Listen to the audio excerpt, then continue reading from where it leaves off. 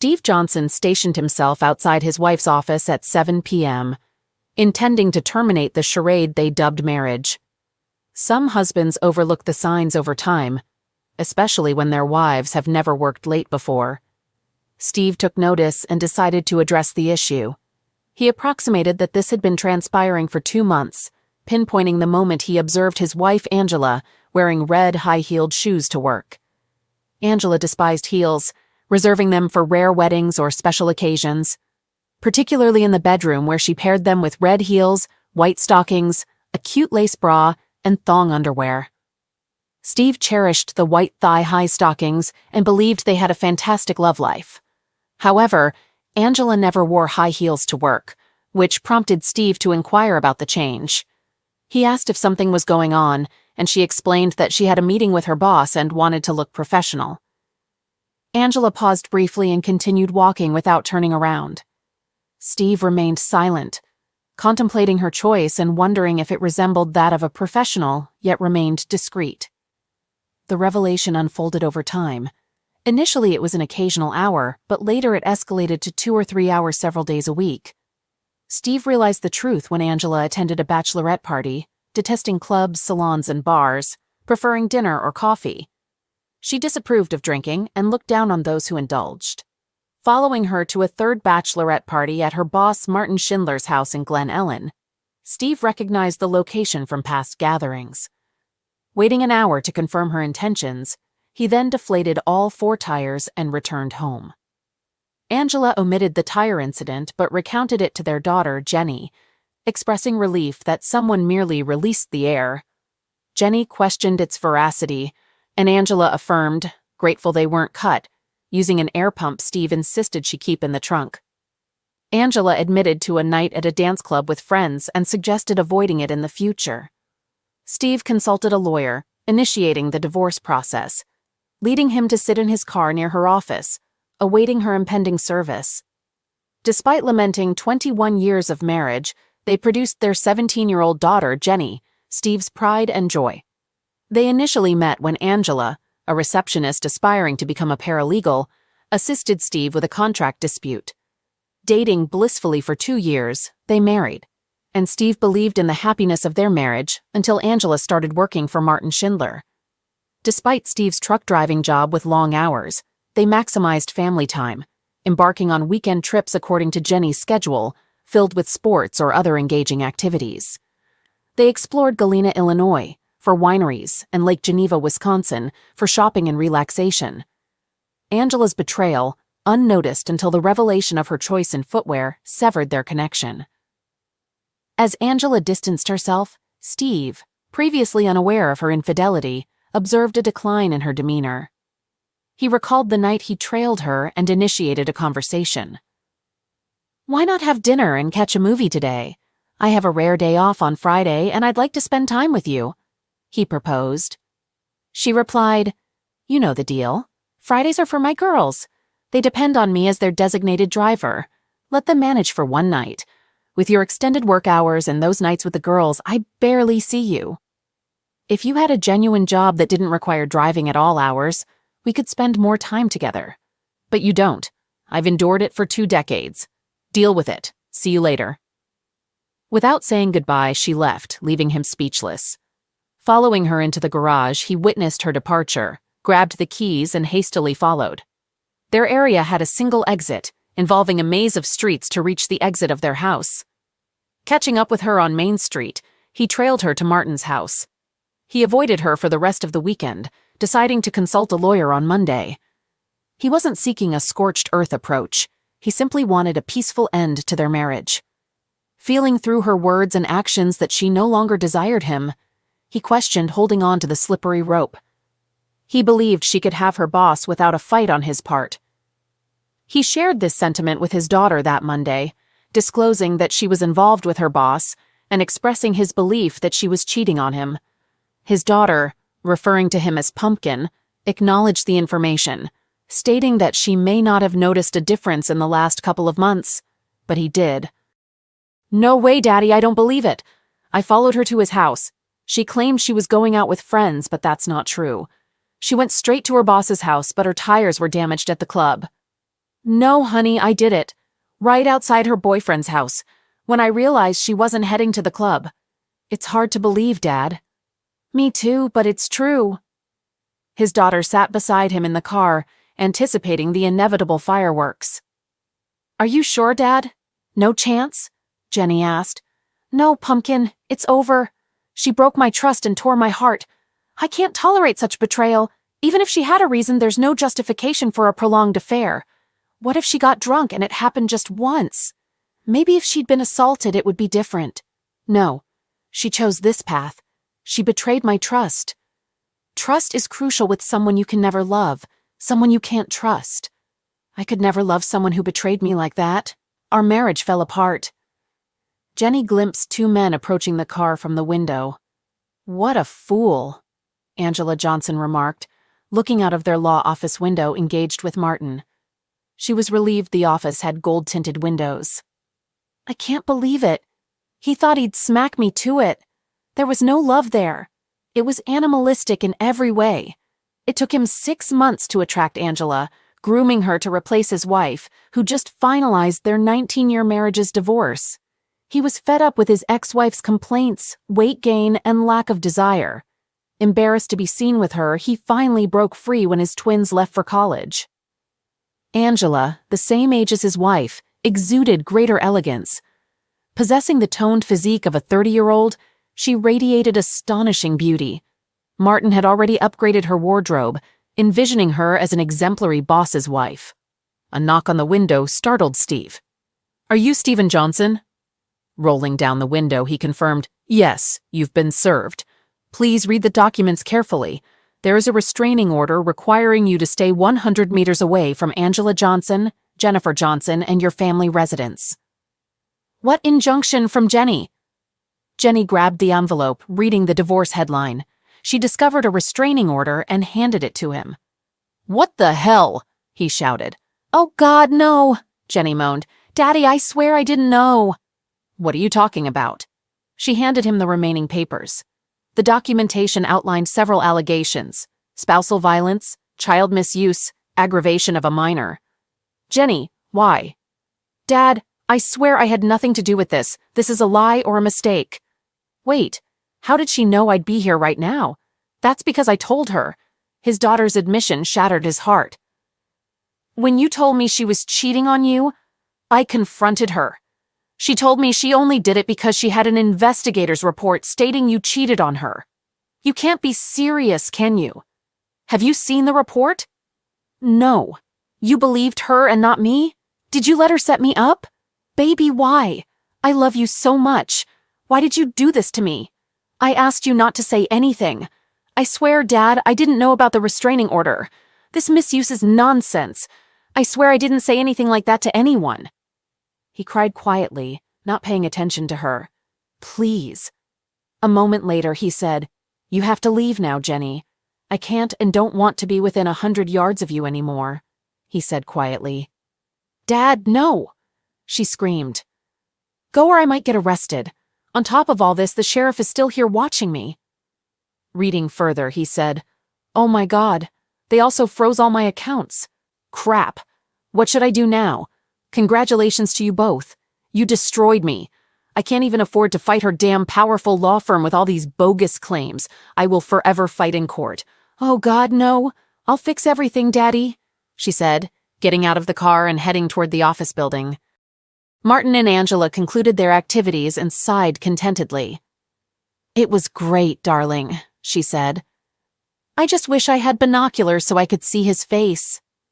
As Martin fastened his belt and Angela smoothed out her dress, Jenny stormed into the office screaming, You're a witch! Child misuse, aggravation. What is wrong with you? Jenny screamed. I should have had the advantage, Angela said. I should have struck first. Now he cannot enter the house or access our money for some time. Now I have the upper hand over him. He didn't insult me. I don't know this for sure. You guys are really close, Angela said with a grin. Jenny approached her and asked, He didn't cheat, did he? Of course not.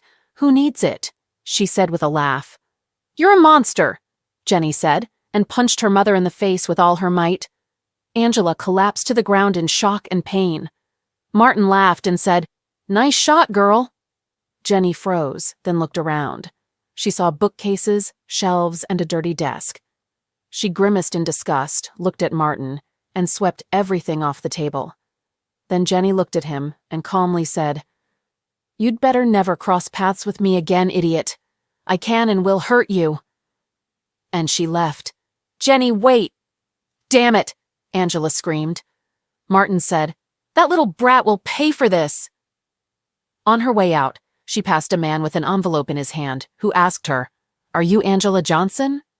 "There," she said, and rushed away. Both Angela and Martin laughed at the fact that she was served with Steve's divorce petition.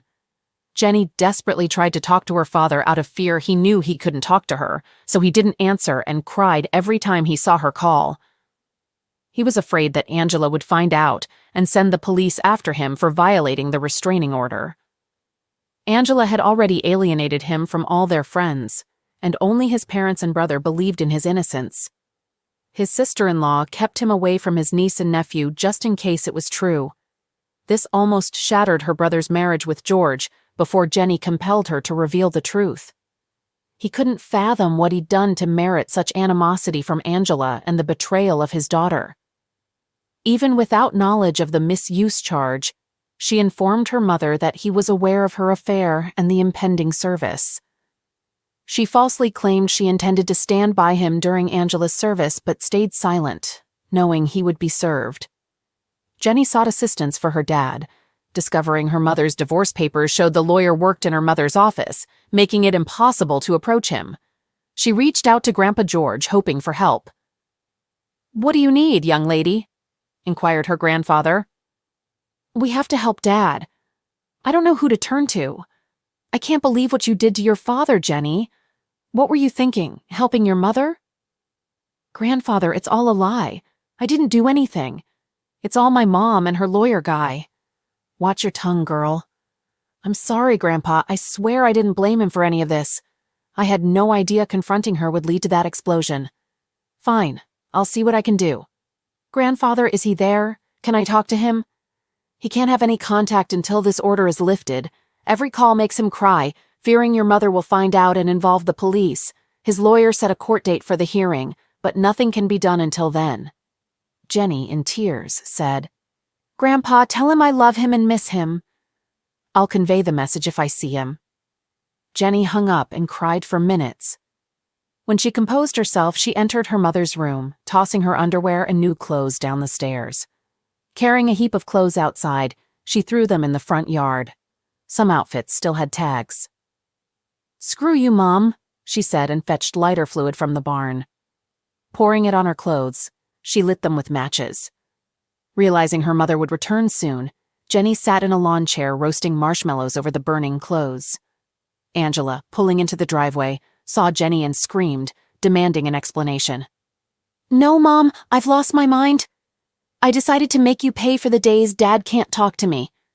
Destroying more of your things will follow unless you retract this misuse claim. If you touch me, I'll report your misuse, and also let everyone know your boyfriend asked me to show my underwear." "Don't worry, Mom. Things will turn into smoke until I talk to him." "Damn it!" Angela exclaimed as she entered the house. She dialed Steve, but, as expected, he ignored the call and deleted the message unheard. Shortly afterward, a fire truck and police car arrived in response to a neighbor's fire report. A policeman and a firefighter approached Jenny. "What's happening here, young lady?" inquired the officer. "My mom wanted to discard clothes she'd outgrown and told me to burn them at the stake," Jenny explained. "Apparently you can't have a fire in the front yard." "Is your mother home?" he asked. "Yes, sir. I'll use a hose to put it out if you want," a fireman offered. "Did you use anything to light it, or did you just set the clothes on fire?" "A whole can of lighter fluid," she proudly admitted. "We don't have water, but we've got some sand. I'll fetch it," the fireman said. While he dealt with the fire, the policeman rang the doorbell. Angela, prepared to confront her daughter, realized it was the police. "We'll handle the fire. It's not a big deal, officer," Angela said before he could speak. "Ma'am, did you know it's against city ordinance to have an uncontrolled fire in your yard?" "No, I didn't," she retorted through clenched teeth. "Here's your fine, just pay it. No court appearances required. Next time, ma'am, consider donating unwanted clothes to Goodwill. Less fortunate people could use them." She closed the door. Angela's lawyer attended a restraining order hearing the following Monday, choosing not to renew it, aware it was falsely obtained. It served its purpose, buying time and tarnishing Steve's reputation. Steve's lawyer sought charges against Angela for perjury. The judge, lacking conclusive evidence of false pretenses, dismissed the perjury claim. Though the restraining order was lifted, it offered little comfort to Steve, deeply depressed by false accusations, frozen assets, spousal betrayal, and most painfully, his daughter's betrayal.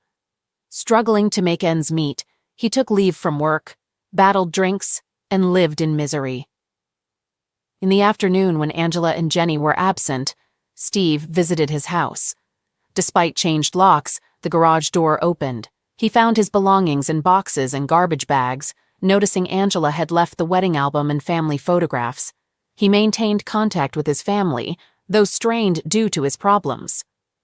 Despite his parents urging him to see a psychiatrist, he refused, feeling he didn't need one to confirm his miserable life. Angela's law firm waged a merciless campaign, informing his employer about the restraining order and misuse allegations, resulting in Steve's termination. His contract's moral clause, meant to address such situations, might have been contested if he were in a better state of mind, but at that moment, he felt powerless to act. Steve's residence remained a mystery, with communication limited to telephone exchanges with his family. The sole glimpse of him occurred during mandatory court appearances for his divorce, where he interacted solely with his lawyer and the judge. Jenny attempted to engage him during such instances, and each time he passed by without acknowledgement, resembling the walking dead in her eyes. Angela reveled in the unfolding events, harboring resentment toward Steve long before Martin influenced her. Throughout her manipulative endeavors, her sentiments evolved into near hatred. After prolonged legal battles, the divorce concluded. Steve reclaimed his share of assets, successfully sold the house with his lawyer's assistance, and retained ownership of his truck. However, false rumors circulating about child misuse hindered his job search in town, despite lacking any accusations. Opting for a fresh start, Steve moved to Chicago, securing employment as a truck driver. Loading his belongings into the pickup, he bid farewell to his parents when Jenny arrived. "Dad, I'm so sorry. None of this should have happened," she expressed, running up to hug him. He cried without reciprocating. "You chose your mother without evidence, and the dominoes fell. I had to file first to catch her off guard. Now you understand why." "Daddy, I didn't know. I'm sorry. I'm leaving now.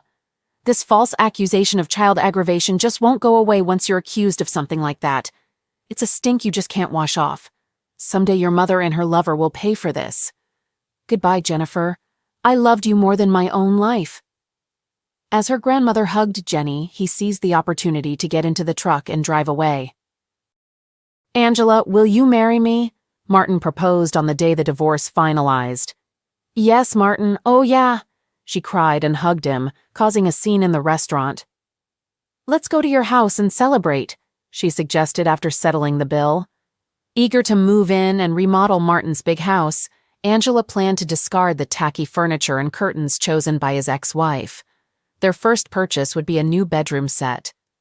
As they left, Martin laughed at the sight of his ex-wife, Carol, having dinner with her parents. Carol, disgusted with him and his latest mistress, spat at him as they passed by, but he paid no attention. Steve entered the truck warehouse and spotted his colleague Lou at the doorway. "Steve, what's up, dude? You look like someone spoiled your oatmeal." "Divorce is finalized today." "Ah, well, after what that woman did to you, you deserve to have some fun today." "It's not her, it's my daughter. She took her side and I just can't handle it. She calls and emails me, but I can't bring myself to talk to her. Maybe I should see a psychiatrist." "Perhaps you should let off some steam," a voice chimed in from behind them. "Hello, Mariana." "That's not a bad idea," Lou added. "Ha, who needs my dried-out old self?" Steve remarked. Marianne leaned over, whispering words of affection to him, and then gracefully walked away, leaving the onlookers admiring her as she departed. Encouraged by his friends, Steve expressed his readiness to pursue Marianne, stating that she was his new partner and they should hit the road. Their initial date included dinner, a movie, and a visit to Baker Square for coffee and cake. Marianne reassured Steve, mentioning that he was a good guy going through a rough patch and that everything would work out.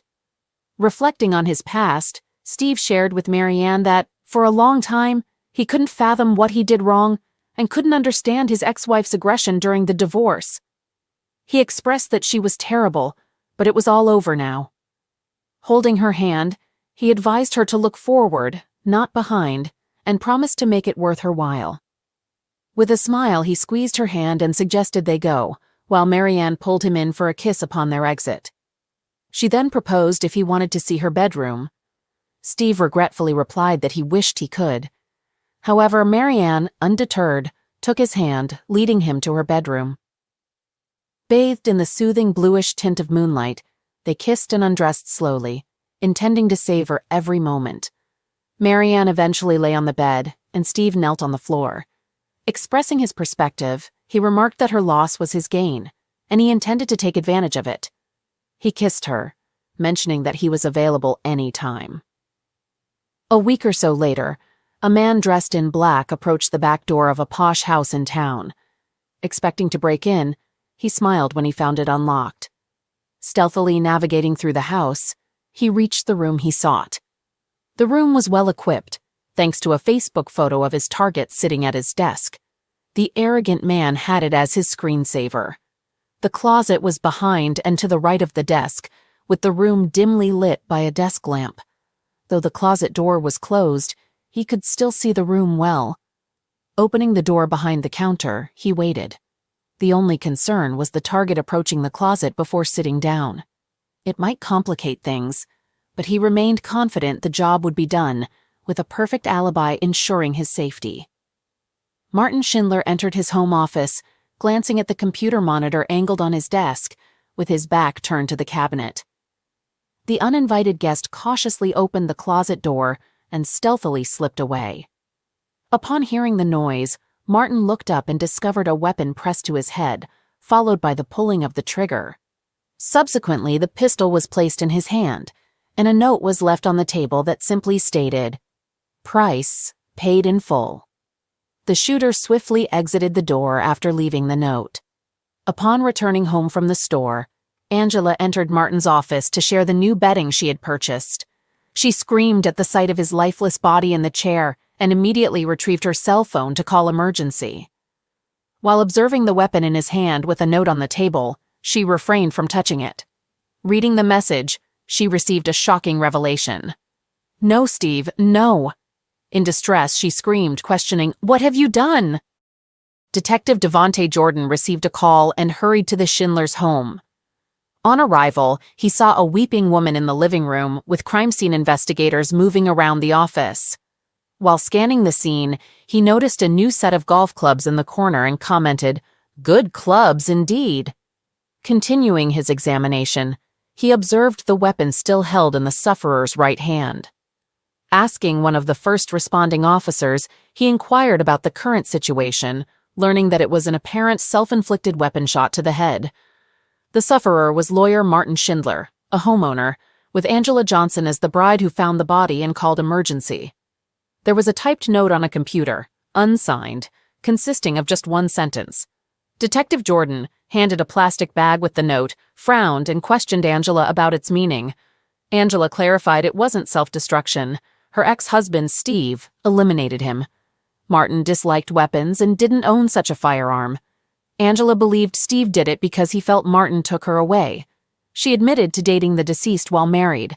Detective Jordan considered potential motives, including resentment from Martin's ex-wife, who might have been angry about being left. Angela provided an alibi for her whereabouts, assuring the detective. On a sunny Sunday afternoon, Detective Jordan visited Steve Johnson, asking about his whereabouts the previous night. Steve explained he was driving a rig through Rockford, arriving at the station at 9:30 p.m. Detective Jordan informed him of Martin's apparent self-destruction, hinting at inconsistencies. Steve offered additional information, providing his new mobile number for future contact. As Detective Jordan left, he contemplated the oddities surrounding the self-destruction, such as a left-handed person shooting himself with his right hand, typing the note, and the scarcity of weapons marks on his hand. These anomalies troubled him as he prepared for further investigations across Chicago. After the detective departed, Steve took a seat at his kitchen table when Lou asked him what all of it meant. Steve chuckled, remarking that he couldn't believe his ex-fiancée had committed self-destruction. Lou expressed his hope that his alibi checked out. They laughed and clinked beer bottles in a toast. Angela, seated in the front row at the funeral, mourned the man who effortlessly took her from her wonderful husband. Tears flowed for the man who persuaded her to participate in a nuclear attack and execute a good man for change. She was deeply in love with her truck driver husband until she transferred to work for Martin. He targeted her, immediately wearing her down with snide comments about truck drivers and flippant remarks about him during trips. It was too easy for Martin. He planted a seed she had neglected due to Steve's long days and sometimes nights on the road, and it grew. Angela couldn't decide if she cried for her fiancé's loss or her husband's and the breakdown with her daughter. It all seemed like a waste of time. She didn't hear or care if the room buzzed around her. She didn't notice the looks Martin's ex-wife and daughters gave her. They blamed her for his pass away. "You could come to the funeral and pay your respects," Angela said, approaching her daughter, home for the weekend from college. Jenny looked at her intently and said, "How dare you tell me I should respect the man who destroyed my father? Forget you! I shouldn't even call that piece of garbage a man." She slammed the door as she left the house, taking the long drive back to college in La Crosse, Wisconsin. Detective Jordan sat in a meeting with his boss discussing the lack of progress in the case. All the suspects' alibis are verified. Steve Johnson's truck tracker shows no stops on his way from Madison to Chicago, and the timing was correct. The warehouse team identified him as the driver. Angela Johnson's receipts and surveillance place her at Macy's, Victoria's Secret, and Starbucks, as the medical examiner's window showed. At the time of her pass away, Schindler's ex-wife and daughters had dinner with her parents, brother, and sister-in-law in honor of her birthday, said Jordan. "Was it your ex's birthday?" the commander asked him. "No, they were just celebrating it. Heck, I even checked on Johnson's daughter, and she was at college over 3 hours away in Wisconsin." "Is there a chance it was self-destruction?" the commander asked him. "It's possible. It just seems to me that it's not true. Well, with no suspects, no motive, and no concrete evidence that it was even a slaughter, let's close it as a self-destruction." Jordan nodded and left the room, upset. 6 months later, Angela invited Jason Davis to dinner. It was their third date, and Angela got him into bed. After a passionate night, Jason went home. He opened a bottle of beer before going to bed and sat down to check his email. As he sat at the kitchen table, a weapon was pointed at his head and fired. They put a weapon in his hand and left a note. "The price has been paid in full." Detective Jordan walked through the apartment and into the kitchen. Before he could speak, he was handed a self-destruction note. "Well, damn, it looks like I was right about something else. Now I just need to find out who the hell did this," he told the officer. "Any fingerprints, Mark?" he inquired of the technician. "Yes, but if I had to guess right now, I would say they are the sufferers. Are there any witnesses who called the police?" Jordan asked. "A neighbor heard the shot and called emergency. No one saw anyone enter or leave?" "Of course not. How did they get here? No broken locks or windows? It looks like a balcony to me." The sliding door was not locked. The sufferer probably wasn't worried about this since he was on the second floor. Although it wouldn't be that difficult to climb up. I would say that anyone of fairly average height could jump, reach the bottom, and pull themselves up. Average height for a man or a woman? Average man, tall woman. "Where is this guy's phone number?" Jordan asked. "Packed, here." Jordan used his gloved hands to find the last call on his phone. "Just had to check." The last call was made to Angela. "I'll be shocked if she's not Angela Johnson." After the usual condolences and pleasantries, the detective got to work. He inquired of Miss Johnson why her lovers seemed inclined towards self-destruction. Miss Johnson responded that she believed it was Steve who was punishing her and confirmed she had been at home all night, with her alarm system serving as verification. She explained that the alarm system detected doors and windows opening and that she had activated it when Jason left the previous night, deactivating it only upon the detective's arrival that morning. She affirmed that the system had remained on throughout the night. When asked about her theory implicating her husband in the apparent self-destructions, she maintained her belief, stating she couldn't imagine anyone else being responsible. The detective queried about her last communication with her husband before the divorce, any signs of him following or contacting her, to which she responded negatively. She remained convinced it must be him, despite lacking evidence. After concluding his questioning, the detective asked about her height out of curiosity and offered condolences once again before leaving, requesting her to remain nearby for further inquiries. "Is it the same note the chief asked when Jordan returned to the police station?" "Yes, sir," Detective Jordan said. "Inform me daily about your progress. This is too much for a coincidence. The woman's alibi is reliable. I'll see if I can ruin it. But we'll see. I'm going to see her ex-husband now," the detective said cautiously. "Then let me know what you get." As Detective Jordan left, he had a bad feeling that all of the prime suspects' alibis would be as reliable as the last time. Steve and Marianne were cozy on his couch watching Jack Ryan on Prime when the doorbell rang. "Detective Jordan, what can I do for you today?" Steve asked, gesturing for him to come in. "Sir, where were you last night at 1:30 a.m.? On the way back from Detroit? I arrived at 230. What happened this time? Do you know Jason Davis?" "I don't think that's true. He met with your ex-wife. Looks like he shot himself last night. No freaking way." "Looks like, huh?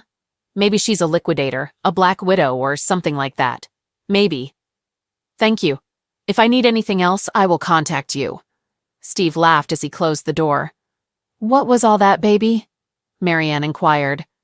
"It looks like another of my ex-wife's boyfriends has died." "Oh, God," she breathed, raising her hand to her mouth. "Yeah, thank God I have an alibi. I hope whoever executes idiots keeps choosing times when I'm on the road." Steve's cell phone rang. He looked and saw it was Jenny, so he ignored it. Marianne frowned and said, "Will she never have a chance? I don't understand why I need this. She misses you." She turned to me and we talked. "What?" he shouted, standing up. She reassured him, urging him to relax, emphasizing that she wouldn't intervene in his decision and that ultimately he had to live with it. She mentioned that his ex-friend still followed him on Facebook, having seen a recent tag at a sushi place and expressing happiness for him. She informed him that his ex-friend texted her to inquire about him regularly and expressed a persistent desire to communicate with him. She recounted how his ex-friend called her weekly for casual conversations, showing interest in his activities and whereabouts. She described how his ex-friend admired her control over his schedule and appreciated the assurance that he would always be home when needed. She reminisced about their discussions regarding his travels and experiences on the road since childhood, including early morning returns and shared breakfasts filled with tales of his trips. He sighed, recalling these memories fondly. "Marianne, I love you, but please stay away from this."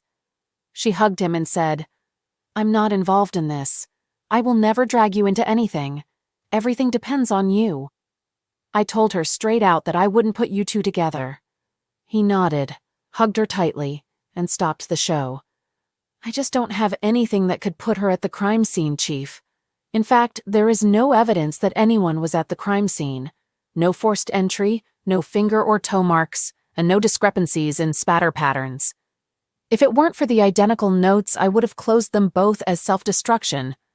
Jordan informed his boss about the ex's alibi, to which the commander inquired if it was tightly secured. Jordan likened it to a nuclear reactor. Later, they discussed Schindler's ex-wife's whereabouts, noting she was seen on CCTV at a club with her new partner while her children were at school. 2 years afterward, Angela shifted her dating habits, deciding to avoid dating men repeatedly after incidents of self-destruction. However, she continued engaging in casual encounters, but reconsidered after contracting an STD. Wanting to settle down, she began dating Lance Forrest. After a month, their relationship became public, though some considered her approach careless. Unfortunately, Lance was fatally shot while watching a ball game at home. The weapon was discovered in his hand along with the same note as before. He answered his cell phone and was greeted by Detective Stan Anson from Schaumburg. Anson asked if there were any unsolved cases that might be connected to his. Jordan confirmed there was one related to fully paid self-destructions. Anson mentioned he had such a case, which surprised Jordan. Anson asked about any connections to Angela Johnson, who was revealed to be the deceased's girlfriend. Jordan inquired about Angela's ex-husband's alibi, which Anson confirmed was solid, as he was passing through Madison at the time. Anson stated Angela was alone at home, her security system providing an alibi last time. This time, Angela had ordered Chinese food, delivered within 30 minutes. The shooting occurred during this time frame, according to a neighbor's emergency call. Despite the proximity of Angela's house to the deceased's apartment, they couldn't see how she could have committed the crime within that window. Jordan agreed with the assessment. They decided to meet the next day to compare files. However, despite their efforts, all alibis remained unbroken, and no new suspects emerged, leaving the cases unsolved. Steve and Marianne sat in the Great Hall watching Jenny as she walked across the stage to receive her bachelor's degree. Steve beamed with pride and had to wipe away the tear that threatened to roll down his cheek. Marianne tightly squeezed his hand and kissed it. After the ceremony, as they headed to their car, Marianne expressed her desire for him to call someone he loved very much. He declined, explaining that the person had chosen to side with her mother rather than him, and only regretted it later when she felt guilty about her mother's actions towards him. He felt betrayed by her lack of support and emphasized the repercussions it had on his life. Marianne acknowledged his feelings. He reiterated that the person had made their choice, and they all had to accept it. Marianne frowned at his resolve, holding his hand and questioning if he had been as stubborn before the divorce. He admitted he had not been anywhere near as stubborn. 5 years later, Angela and Jenny sat in the front row of the funeral home's memorial room. It was a large turnout for Steve Johnson's wake and funeral procession. Steve died of pancreatic cancer 4 weeks after he walked Jenny down the aisle at her wedding. He had a few new friends and colleagues who appeared, but he did not regain a large network of friends after the divorce. Most of his old friends, neighbors, and colleagues came to pay their respects to a good man they knew and had lost touch with over the years. His girlfriend Marianne was there. They never got married. She tried very hard not to spit on Angela for the pain she caused her man. His best friend, Lou DeMarco, regaled Jenny with stories about the last years of her father's life. He filled her heart with stories she would never have known. Marianne was the one who ultimately persuaded him to heed Jenny's words and reconcile when he received a terminal diagnosis. For years he had discarded letters, deleted emails, and ignored calls from Jenny. Their reunion was impeccably timed, knowing these were his final months. Jenny rescheduled her wedding day, incurring substantial costs due to increased fees for urgent arrangements, to fulfill her deepest wish, her father giving her away. Their tearful reunion and walk down the aisle granted Steve one last peace of mind before succumbing to his final battle. His last words expressed gratitude to Marianne for reuniting him with Jenny and an apology for never marrying her. She understood and never pressured him into marriage. They were already content. Marianne conveyed to Jenny how he always missed her and regretted not contacting her years ago. When her mother inquired, Jenny shared moments of their reconciliation, stating, "He attended my graduation, discreetly in the back rows. Marianne was with him. He followed my career, proud of my achievements as a detective in Streamwood. Clippings from the Herald adorned his walls. He cherished your accomplishments, calling you a crime scene expert." Marianne confirmed, "He said it was because of all that stuff. When you were little, you all watched Columbo and criminologist shows together. He hoped you would make it to Chicago or some other big city and have more important things to do." Jenny smiled through most of the wake, listening to stories about her father's life post-divorce. She was pleased to finally meet Marianne, with whom she still spoke from time to time. His new life seemed as good as it could be, and he died a contented man. After the funeral, she said her last prayer, thanking God that he had finally found peace. Angela attempted to reconnect with Jenny during the wake and funeral, but ruined everything at the after-service lunch with an ill-timed comment. Alone after everyone left, Angela remarked, "Jenny, I finally found peace." Shocked, Jenny responded, "What are you talking about, Mom? I've avoided relationships for years, fearing Dad would damage them. He was acquitted by the police." Enraged, Jenny declared, "You worthless cow! Now you're happy he's gone so you can have fun. I had hoped you changed, but now I hope you rot in hell." Angela winced, attempting to explain, but Jenny cut her off, saying, "The next time I see you, Mom, is when we get your fat back in the ground." Despite Angela's pleas, Jenny concluded, "Goodbye, Mom. Good luck in your bed life." This marked the final exchange between mother and daughter. 10 months later, Angela and her boyfriend, Charlie Harlan, had dinner at an upscale steakhouse. Charlie expressed his appreciation for the wonderful 8 months they had spent together. Angela squeezed his hand and reciprocated his sentiments, expressing her initial uncertainty about finding love again, but feeling fortunate to have found each other. Charlie then confessed his love for Angela and proposed marriage. Angela took a deep breath and accepted his proposal. At that moment, she thought to herself that he was dead, and she had nothing to worry about. A week later, Charlie sat on his back porch contemplating his impending wedding, and Angela moving in with him. He drew deeply from his Cuban Monte Cristo No. 2 cigar and exhaled the smoke. As he sighed contentedly, a weapon was pressed to his temple, and the trigger was pulled. A pistol was put in his hand, a cigar was set in an ashtray, and a note was left under a heavy ashtray on the table. "The price has been paid in full." Angela ended the call with Detective Jordan, her face wet with tears. After the emotional conversation, she went to the bathroom, grabbed a bottle of sleeping pills. Though she didn't need it for a while, she always kept it handy, walked to her mailbox, placed an envelope in it, and raised the flag for outgoing mail. Lying on the bed, she reflected on her wedding to Steve, the beautiful day it had been, her pride in Jenny's career, family vacations, and park trips. She regretted never meeting Martin Schindler and ruining her own life. Finally, she prayed to see Steve soon. Placing the note on her chest, she fell asleep for the last time. Her note read, "My price has been paid in full." Jenny arrived home with mail and a bag of groceries. She restored everything to its place, hung her keys on the hook, and kicked off her shoes. Blake, her husband, wouldn't be home until nearly midnight due to his second shift as a cop. To savor the quiet of the house, she uncorked a bottle of California Cabernet and poured a full glass. After a sip, she approached the stack of mail and noticed a letter. Shocked, she screamed upon reading the sender's name, Angela Johnson. Tearing it open, she read her mother's final message, realizing the true meaning behind her mother's self-destruction. "Wow, Mom, wow," she uttered to the empty house. She dialed Jordan on her mobile phone. "Detective Jordan, it's Jenny Stanger, daughter of Steve and Angela Johnson." "Hello, young lady. Sorry to hear about your mother's self-destruction." "Thank you. At least you don't have to investigate." "Yes, what can I do for you, Jenny? I got a letter from my mother, a confession." "What?" he shouted into the phone.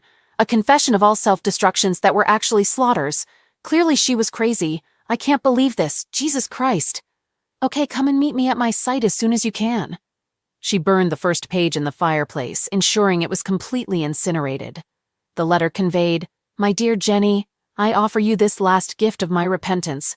Whether you believe it or not, I love you with all my heart and apologize for all the pain I caused you. It wasn't intentional. Damaging you and your father was the worst thing I've ever done. I knew it had to be you when Charlie was eliminated. I accept my punishment and apologize for making you punish me. I hope you can now live without the pain of my betrayal.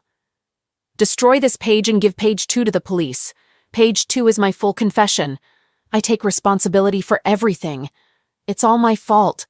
I can never bring back your lost years, but I pray for your forgiveness and peace. Please share stories of good times with my future grandchildren, not tales of how I ruined our lives.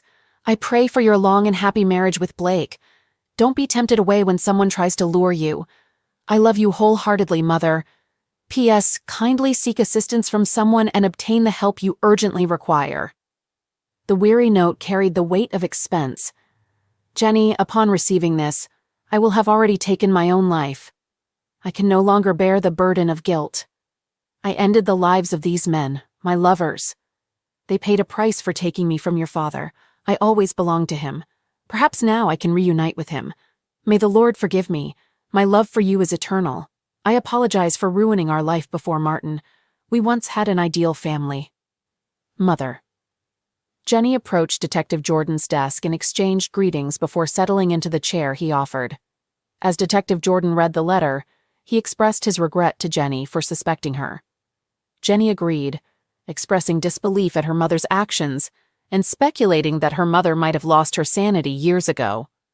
She couldn't comprehend her mother's motive for dating men just to damage them, and found it difficult to understand.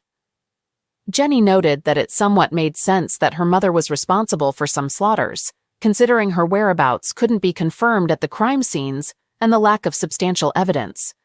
She mentioned that she had always thought it could have been her father or Schindler's ex-wife, but their alibis couldn't be disproved either. Jenny expressed relief that it was all over, the slaughters, her mother's pain, and her own suffering, and bid farewell to Detective Jordan. Exiting the police station, Jenny wore a wide smile and shook her head. She paused, opened the car door, gazed at the sky, and expressed, "Thank you, Mom."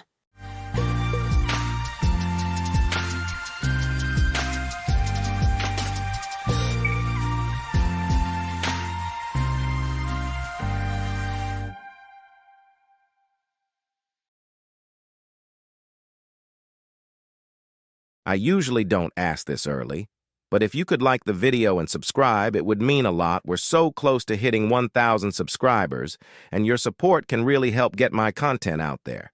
Thanks. James Hargrove. A 35-year-old marketing executive from Manchester, loyal, hardworking, and deeply in love with his wife. He has a sharp mind for business and prides himself on being practical and grounded. His steady nature contrasts with the emotional whirlwind that will soon engulf him. Emily Hargrove. A 32-year-old interior designer who loves the finer things in life. She's vivacious, charming, and always up for a night out with friends. Though she once adored James, she's begun to crave something more exciting, and this thirst for thrill leads her down a dangerous path.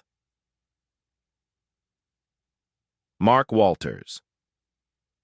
A 38-year-old wealthy businessman who thrives on adventure and risk. He's charismatic, handsome, and manipulative, knowing exactly how to woo women like Emily. He exudes confidence, and his forbidden allure is what draws Emily toward him. James Hargrove thought he had it all: a loving wife, a good job, and a future filled with promise.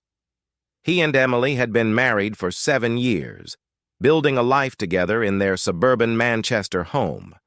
To James, they were the perfect couple. They laughed together, traveled when they could, and shared their dreams of starting a family soon. But behind closed doors, things weren't as perfect as they seemed. Emily had changed.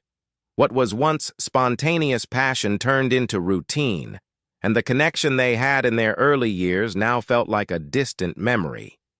James, ever trusting, chalked it up to the natural progression of a long-term relationship. Everyone hit rough patches, right? But little did he know, the change in Emily wasn't just a phase. It was something much deeper, something he was about to uncover in the most devastating way possible. James sat in the kitchen, his laptop open, sipping his coffee as he replied to some work emails. Emily was out, again. Lately, she'd been out more and more, saying she was catching up with old friends, or had interior design projects that required late-night consultations. James had never doubted her before, but he couldn't shake the nagging feeling that something was wrong. It started small. Emily's phone, which used to sit on the kitchen counter or by her side, was now always in her hand, face down. The once loving texts she'd send him throughout the day had become brief and to the point. Conversations about their future had dwindled, and the playful banter that once filled their evenings had given way to silence. One night after Emily had come home unusually late, James decided to ask her directly. "Emily, is everything okay between us?" His voice was soft, filled with concern. She looked up from her phone, her face a mask of indifference. "What do you mean?" "I don't know. You've just been distant lately." Emily sighed and set her phone down. "James, it's nothing. I've just been busy with work. You know how demanding clients can be." James wanted to believe her, but his gut told him otherwise. Yet, he nodded, not wanting to push the issue further. It wasn't long after that conversation when James met Mark Walters for the first time. He and Emily had been invited to a dinner party hosted by one of her friends, Sarah, in the city center. James had never been particularly fond of these social gatherings, but he knew Emily enjoyed them. So, he went along. The party was held in Sarah's lavish flat in Deansgate, filled with people James didn't recognize. As the evening wore on, James found himself in a conversation with a group of men discussing football, while Emily flitted about, charming everyone with her wit and laughter. She looked radiant that night, in a sleek black dress that hugged her figure perfectly. James couldn't help but admire her from across the room. It was during one of those moments of admiration that James noticed a man watching Emily, a tall, dark-haired man with a sharp jawline and an expensive suit. James caught his eye and smiled politely, but the man didn't reciprocate. Instead, he continued to watch Emily with an intensity that made James uneasy. Later in the evening, Emily introduced him. "James, this is Mark Walters. He's an old friend of Sarah's. Mark, this is my husband, James." Mark extended his hand, his grip firm but cold. "Nice to meet you, James. I've heard a lot about you." James smiled politely. "All good things, I hope." "Of course," Mark replied, though there was something in his tone that James didn't like. The rest of the evening passed without incident, but James couldn't shake the feeling that something was off about Mark. He seemed too interested in Emily, and the way Emily laughed at his jokes, the way her hand rested on his arm just a little too long, made James uneasy. But once again, James pushed the thoughts aside. Emily was his wife. She loved him. She wouldn't betray him like that. Over the next few weeks, James noticed more changes in Emily. She was more secretive, more withdrawn, and whenever he asked her about her day, her answers were vague. One night, James decided to surprise her with a romantic dinner at home. He cooked her favorite meal, lasagna, and set the table with candles and their best silverware. He waited for her to come home, eager to rekindle the romance that seemed to be slipping away. But Emily didn't come home, not until nearly midnight, and when she did, she was distant, distracted. "Where were you?" James asked, trying to keep his voice calm. "Work ran late," she replied curtly, barely glancing at the candle-lit table. James looked at her, his heart sinking. "I made dinner. I thought we could spend some time together."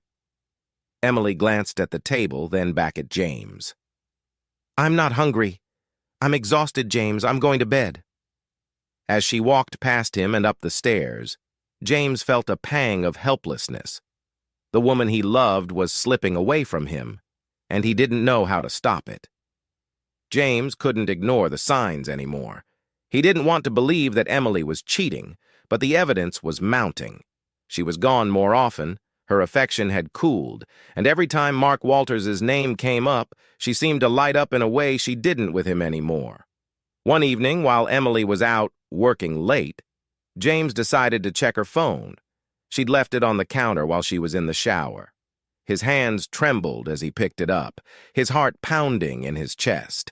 He unlocked the phone, feeling a pang of guilt, but his suspicions were confirmed almost immediately. There were messages from Mark, flirty, suggestive messages that made James feel sick to his stomach. Mark. I can't wait to see you tonight. That dress you wore last time, wear it again. It drives me wild. Emily. I was thinking of something a little more daring tonight. James stared at the screen, his hands shaking, bile rising in his throat. His worst fears had come true. Emily was cheating on him. And worse, she didn't even seem to care about hiding it anymore. He placed the phone back on the counter, his mind racing. What was he supposed to do now? Confront her? Demand an explanation? But as he stood there, another thought entered his mind. What if he could catch her in the act? The night that everything changed was a cool autumn evening, much like any other. James had come home earlier than usual, feeling uneasy after discovering those messages. He didn't want to confront Emily just yet. He wanted to see for himself, to confirm what he already knew deep down. As he approached their house, he noticed that the bedroom light was on, a soft golden glow spilling through the blinds. James parked the car and sat there for a moment, his heart pounding in his chest. Something felt off.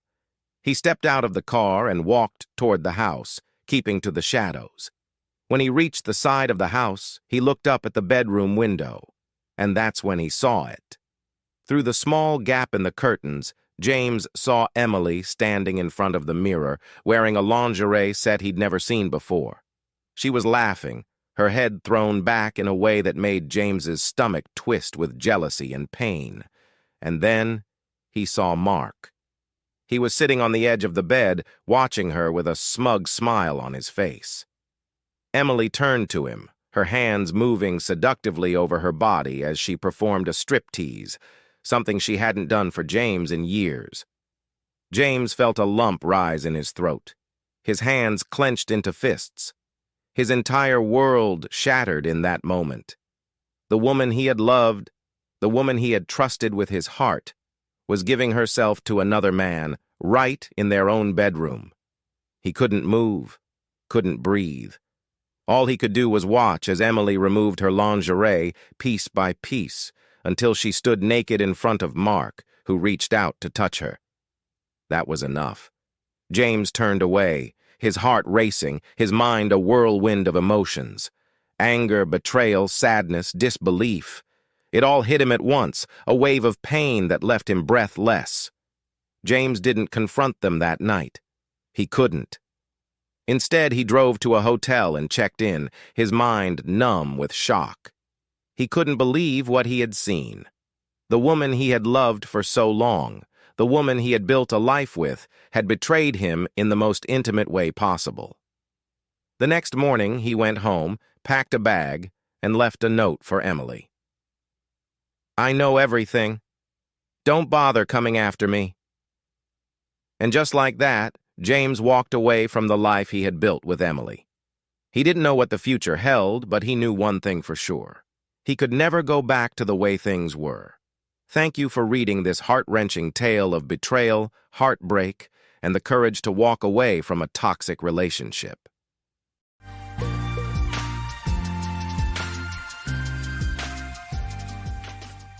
Growing up, I always believed in the sanctity of love and marriage. I thought it was something pure, unbreakable, a bond built on trust and commitment. My parents, together for decades, were a shining example of what a healthy relationship looked like. I carried those ideals into adulthood, certain they would shield me from heartbreak.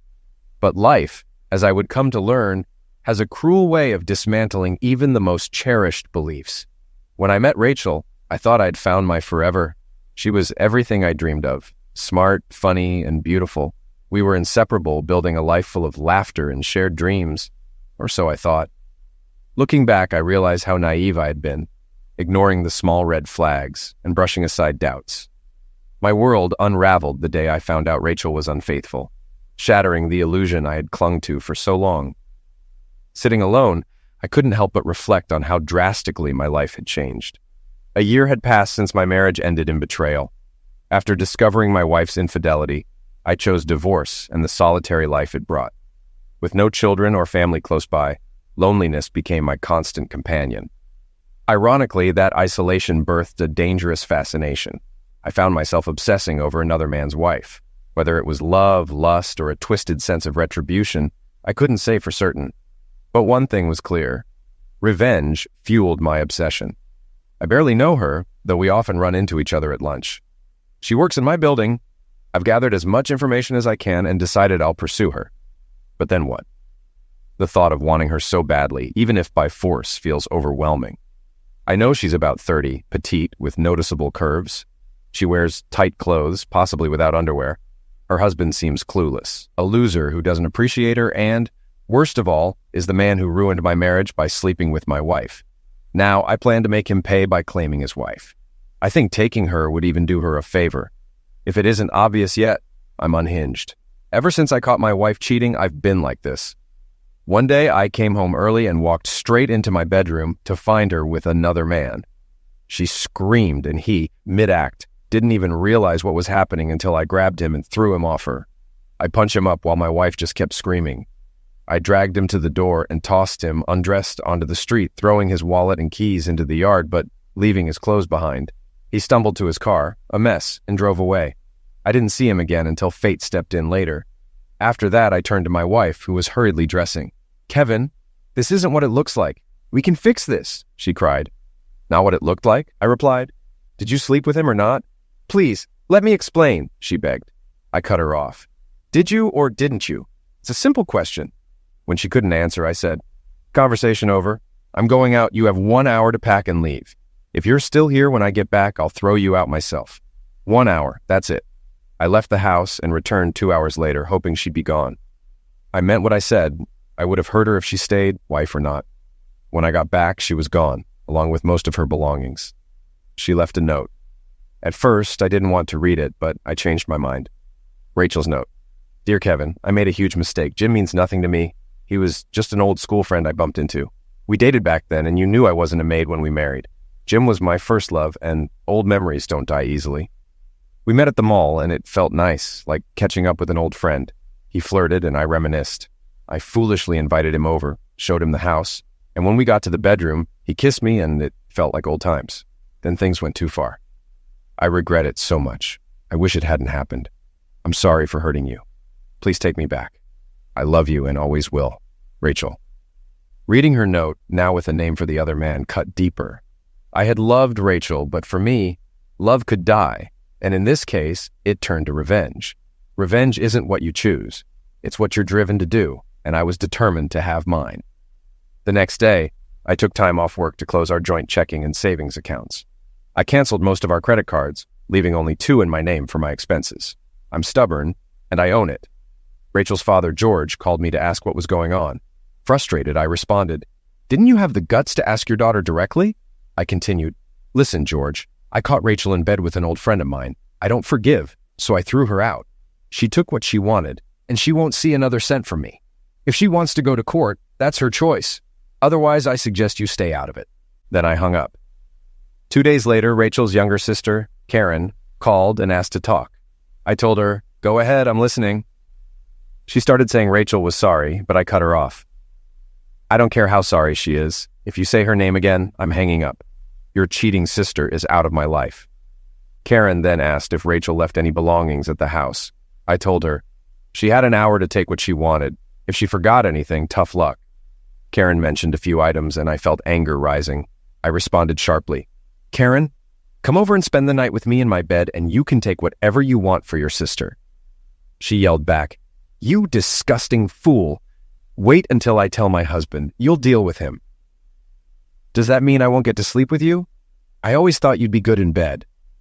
Her husband eventually came over, but he was no threat. I could hear Rachel in the background on a phone call yelling, "Kevin, you fool," before I hung up. I contacted my lawyer to start divorce proceedings, ensuring Rachel wouldn't get anything. We only had a rental house and separate cars. I made it clear I would only talk to Karen, and only on my terms. I was determined to stay in control. Karen was even more attractive than Rachel, several years younger, and married to a weak husband. As I prepared to move, I called her to pick up Rachel's belongings. I said if she didn't, I'd throw them out. She agreed to come that evening, and I told her not to bring Rachel. When Karen arrived alone, I asked about her husband, but she said he was busy. She knew what I wanted, and I knew she wouldn't resist. We went into the bedroom with Rachel's things. When she reached for a box, I stopped her. "You haven't paid for it yet," I said. She stared at me. "You can't be serious. I'm not going to sleep with you." I laughed. "Not love, just Zex. You've thought about this for a long time." Tension filled the room as I stepped closer and kissed her. The moment was intense, the boundary between us erased. "Tell me what you want, Karen," I said.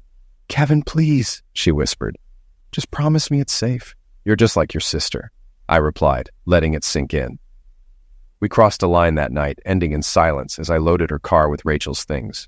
Before she left, she shouted, "You're heartless, Kevin. What happened to you?" "He's gone. Your sister made sure of that," I said coldly. "Take what you came for and go. Tell your husband, but don't come back." She called me a fool as she left. I knew I only did this to spite Rachel. Zex wasn't love. It was just part of my need for revenge. I realized it wouldn't solve anything, but I was determined to make those who wronged me pay, no matter the cost. Her name was Carly, a cute, petite girl I saw almost daily. The desire I felt when I saw her was overwhelming. She often came to the restaurant with her friends, laughing and enjoying life. One of those friends was Marcia, an acquaintance of mine. We'd greet each other casually, and she knew about my divorce. Rumors spread quickly in a small community. One day, Marcia came to the restaurant alone, and I invited her to lunch. She hesitated, but joined me. We talked about her family, her husband's promotion, and general life updates. She asked about me and how I was holding up post-divorce. Everyone knew Rachel had cheated, but no one knew who it was with, and I never revealed that detail. I asked Marcia about the new girl at their office. She said her name was Carly and that she and her husband, Jim, had moved to town about a year ago. The name Jim made me tense.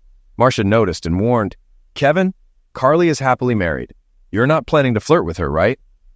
Everyone knew my hardened demeanor since the divorce. "I just think Carly is beautiful," I said. I was curious about who she was. Marcia shared more about Jim, and I needed to confirm if he was who I thought. If he was, I was determined to sleep with Carly, no matter how much I despised myself for it. One lunchtime, while sitting with a friend who never pried into my personal life, Carly and her husband walked in. It was him, the man I'd caught with my wife. My blood boiled, but I kept my composure. He didn't recognize me. He'd only seen me for a moment before I strike him up. But I knew him. I decided right then, I'd do to his wife what he did to mine.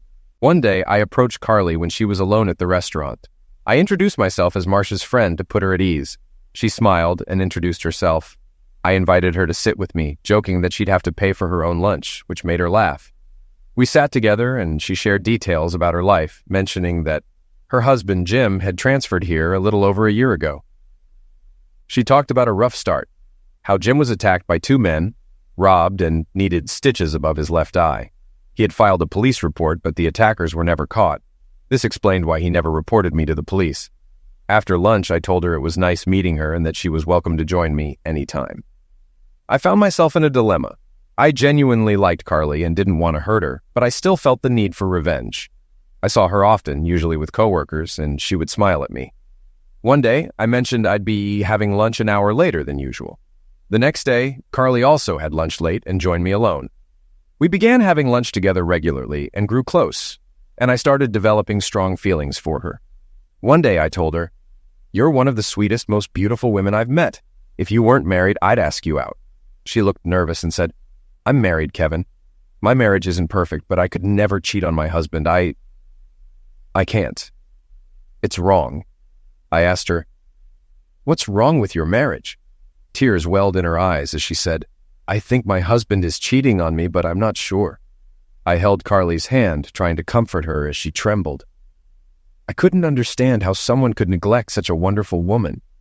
My thoughts turned to Jim, and the possibility he might be with Rachel again.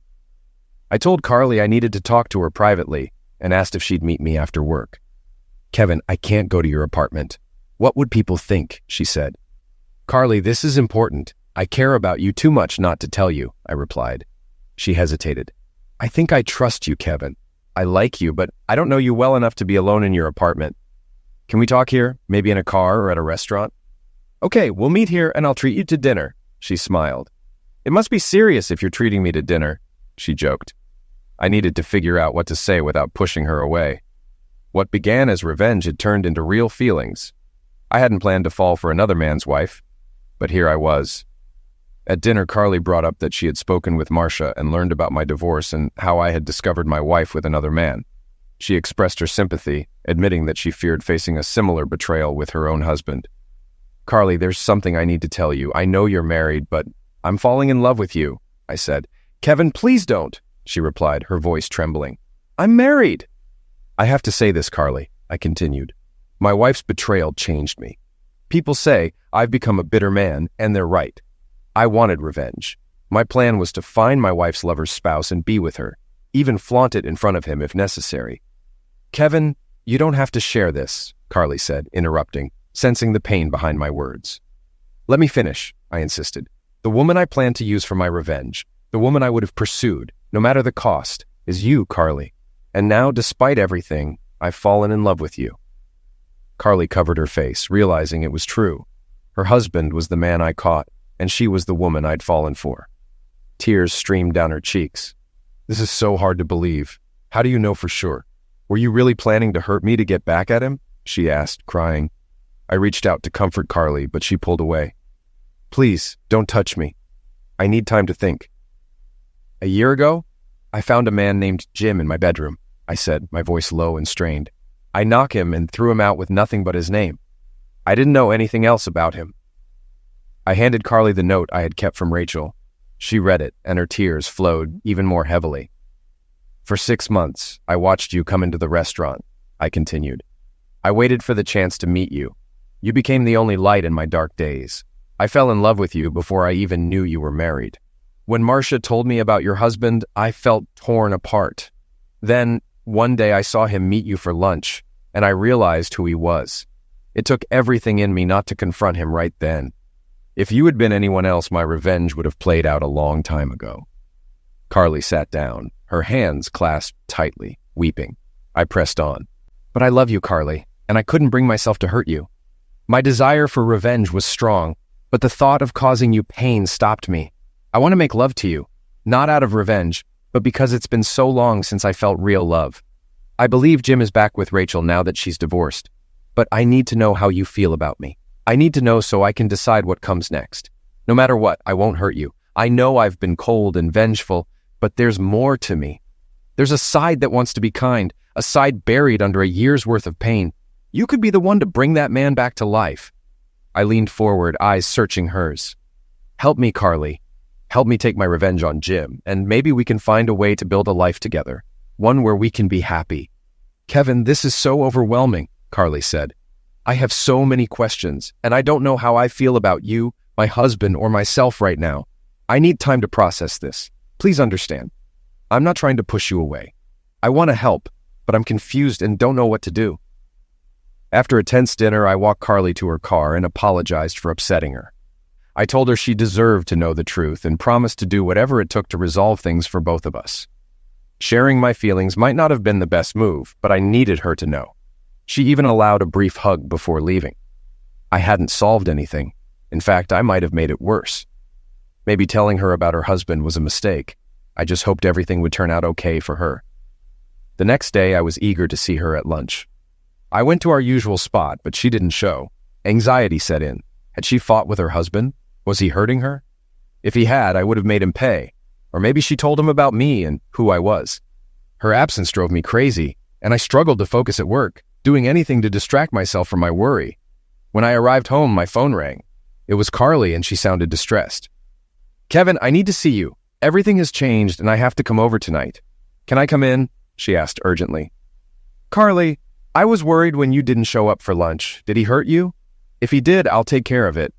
Come over now. I'm here, waiting," I replied. As soon as I hung up, the doorbell rang. I opened it to find Carly standing there, a small smile on her face. "I followed you home to see if you truly meant what you said," she admitted. "When I heard you on the phone, I knew you were sincere. I'm sorry for testing you, but I needed to be sure." Feeling a wave of relief, I pulled her into a tight hug. "Why didn't you come to lunch?" I asked. "I spent last night sorting out my thoughts. Jim came home late and claimed he'd been working. I tried to be affectionate, but he brushed me off and went to bed," she said. If a man turns down someone like Carly, he's either crazy or checked out, I thought. "I waited until he left for work this morning and did some digging on his computer," she continued. I know my way around computers from my job, so I looked for hidden files and emails. Using what you told me, I found some things. Here's what I discovered. She handed me key information and offered to summarize so I didn't have to read everything. First, I need to tell you I don't love Jim anymore. After everything I've discovered, I think I hate him. I can't stand being used, and that's something I'm wary of with you too, she said. I squeezed her hands and she continued. I'm unsure about my feelings for you. Part of me cares about you, but another part warns me to be cautious. You might just be using me for revenge and then discard me. For now, I want to pause our relationship. If you really care, you'll wait until things are clearer for both of us. What do you say? I smiled and said, that's all I'm asking for. A chance to prove myself. I care about you deeply, and if I'm moving too fast, just tell me to slow down. Before we start digging into this, can we seal it with a kiss? Carly grinned. No, let's dive into this now. She took a deep breath and began. My husband applied for this job. He wasn't transferred like he claimed. He requested it. That was his first lie. This is his hometown, and I didn't question it. I thought he wanted to reconnect with his roots. I loved him, so I agreed. 16 months ago, he attended a high school reunion. Did your ex-wife go to that, and did you attend? No, I replied. I was at my mom's birthday celebration that weekend. My wife did have a homecoming event then, but I was out of town for business. I even asked if she wanted to come with me, but she said she preferred to see her old friends. I didn't think much of it until now. You're a natural detective. Carly handed me a stack of printed emails. These are messages they exchanged before the reunion. Not love letters, but clear plans to meet. And these are from during the reunion itself. By the time you caught them together 4 months later, they'd already been involved for a while. A surge of anger shot through me as I remembered. That lying cheater had the nerve to say, "Oh, honey, it's not what you think. It just happened." I thought my revenge was complete with my ex-wife, and I was focused only on Jim. But now, everything had shifted. Carly saw the pain in my eyes. I reassured her I wasn't angry at her, just furious at being betrayed by my ex-wife. I looked at Carly and said, I need a kiss to calm down or I'll end up punching the wall. I stood up and moved toward it. Stop, crazy man, I'll kiss you, she said, rushing over. She hugged me and kissed me softly. When our lips parted, I kissed her again, deeper this time. She pulled back and said, That's enough, Tiger. I'm only human. We sat down, and I thanked her. She smiled and said, It was my pleasure. Now back to work. I can't stay here all night. We shared a knowing laugh.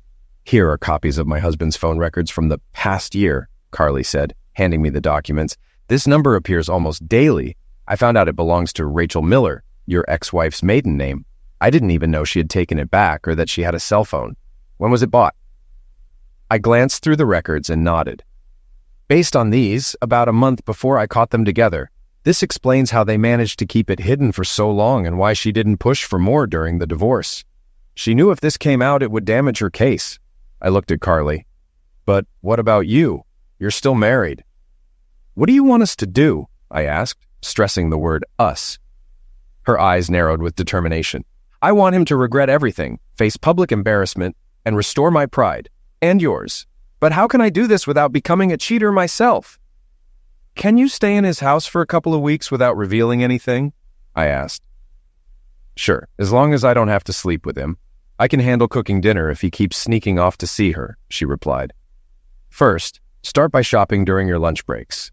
Use joint credit cards with both your names to keep things clean. Buy whatever you like and build up some debt. Take out cash advances and put that money into savings or investments, I suggested. Carly's eyes met mine, a flicker of hope mixed with caution. Kevin, you're a stockbroker. Can you invest for me? I didn't want you to question my motives, but yes, I can handle that for you if you want, I said sincerely. I care about you and want your trust. And if one day you decide to be with me, I want it to be for more than just revenge. We agreed to start with the credit cards. Before Carly left, I asked if I'd get another kiss. She hugged me, kissed me deeply, and pressed against me before pulling away. Damn, you're good. See you tomorrow at lunch, she said, smiling as she got in her car. The next day, instead of lunch, we went to several banks using her joint credit cards, withdrawing thousands in cash advances. This gave her a month to complete transfers before payments were due. She was smart and didn't max out any cards, leaving room in case he used them. We found out he was charging motel stays twice a week on one card. Over 3 days, we used 7 cards. I deposited the checks, investing in tax-exempt government bonds and secure accounts under my name to keep her husband from accessing them. Carly was added as a cosigner, so I couldn't withdraw without her consent, a gesture to build her trust. I started digging for updates on my ex-wife, but found little. Carly, using her connections, discovered Rachel was now working as a secretary at her husband's company. They'd become careless after cheating for so long, assuming no one was watching. Carly's friends began documenting everything with notes and photos. Carly was well-liked by her colleagues, respected for her computer skills, and never made anyone feel embarrassed. She moved between offices helping others, and they felt protective of her. I still struggled with my plans for revenge. I couldn't hurt Carly. She was the only good part of my life. Though my ex was out of the picture, I wouldn't mind some retribution for her long-term affair. But how? Carly admitted she couldn't sleep with me yet. Doing so would make her no better than her cheating husband or my ex. She cared about me, but was still married. I needed a new plan. What to do? We decided to start with the credit cards. Before Carly left, I asked if there would be any more kisses. She hugged me, kissed me deeply, and pulled away, saying, "Damn, you're good. See you tomorrow at lunch," before getting into her car. The next day, instead of lunch, we went to various banks, using her joint credit cards to withdraw thousands in cash advances, careful not to max them out in case her husband used them. Over 3 days, we used 7 cards, and I invested the money for her in tax-exempt bonds and secure accounts under my name to keep her husband from accessing it. Carly was made a co-signer, ensuring I couldn't withdraw without her consent. Carly learned that Rachel worked as a secretary at Jim's company, and she got friends to monitor and document their activities. They had grown careless after cheating for so long. Carly was well-liked and respected, known for her computer skills and friendly demeanor. I knew I couldn't hurt Carly. She was the only good thing in my life. Though my ex-wife was gone, I still wanted some form of justice for her long-term affair. Carly, however, admitted she couldn't be intimate with me right now, fearing it would make her no better than her husband or my ex. We needed a new plan. I reached out to Big Louie, a friend and client involved in less than reputable work, for help. He laughed when I explained my plan, saying, "This won't be free, you know." I agreed, knowing the stakes. Carly and I met to finalize the plan. I assured her I would never hurt or embarrass her. She smiled and said, "I think I'm really falling for you." I asked her to take a couple of days off. Everything had to go smoothly. "What's the plan, Kevin?" Carly asked. Wednesday, they booked room 109. I'll set up a remote camera there in the morning. You'll meet with my lawyer, Sally Hawk, to prepare divorce papers for Jim to sign. "What if he refuses?" Carly asked. "He won't," I said. "Trust me, the consequences will be clear." Carly nervously agreed. I explained that Jim would arrive early, and Big Louie would show up with 2 women who weren't working due to health issues. Jim would be pressured to engage with them, and when Rachel arrived, she'd have to decide whether to step in or face Big Louie. We'd monitor from a van. At the right moment, Carly would go in, catch them, and demand a divorce. Jim would have to choose between signing or facing exposure. Carly smiled and said, "You're doing this for me as much as for yourself, aren't you?" I'm starting to really like this side of you. Over the next 2 days, we got everything ready. Carly met with Sally Hawk, our attorney, who insisted on being present when Jim received his divorce papers. There was no doubt she'd secure his signature. As the state's most renowned divorce attorney, Sally thought our plan was brilliant and mentioned how we'd sent many clients her way over the years. She was a good friend and wanted to be part of the excitement. Big Louie was prepared. We paid him up front and promised him an extra $500 if everything went smoothly. He simply grinned and said, "No problem." I drove to the motel and booked a room for Wednesday afternoon. The receptionist mentioned I'd need to leave by 4 p.m. as the room was reserved. I met up with Carly and we had lunch at a nice restaurant. To my surprise, my ex-sister-in-law was there with a man who wasn't her husband. I pointed her out to Carly, who asked if it would affect our plans. I assured her that since Karen didn't know her, we could enjoy our lunch without worry. When Karen noticed me, she looked stunned, as if caught in the act. She was visibly uneasy, likely wondering who Carly was. Carly looked incredible. Her top left little to the imagination, with no bra, and her skirt was about 4 inches above the knee. She quickly understood the situation, moved to the seat next to me, and kissed me deeply, ensuring everyone could see. "Do you think that caught anyone's attention?" she asked, smiling, before kissing me again. She only stopped when the waiter made a noise. I turned to the waiter and said, "She's gorgeous, isn't she?" He nodded. "Yes, sir, she is." I looked at Carly and said, "You're mine, aren't you, sweetheart?" She replied with a smile, "Only yours, baby, only yours." I hoped that was true, but I knew she was putting on a show to fuel Karen's gossip with Rachel. Karen never approached us. I wonder why. Carly and I finished lunch and headed to an electronics store to buy the equipment we needed. As we left, she mentioned the restaurant kiss was genuine, and not just to spite my ex-sister-in-law. Wednesday morning came, and Carly and I were both on edge. Revenge plans can be nerve-wracking. Timing was crucial, and there was no room for mistakes.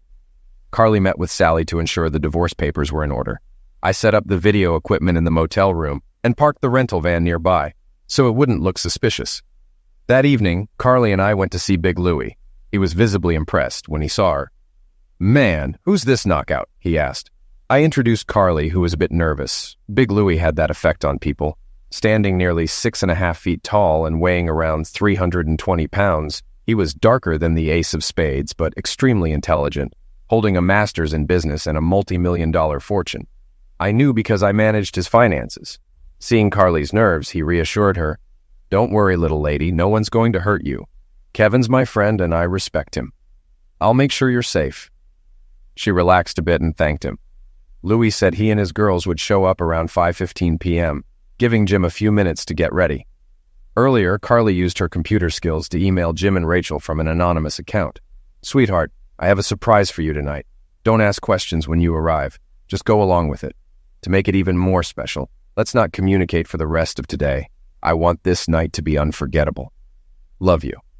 At 4:45 p.m., Carly and I got into the van and waited. Right at 5 p.m., Jim arrived and went inside. We were anxious. This was a major moment for us. At 5:15 p.m., we saw Louie, Sally, and Sue enter. When they knocked, we turned on our cameras, positioned one above the lights and the other hidden in the fire alarm. The footage quality from the pinhole camera was excellent.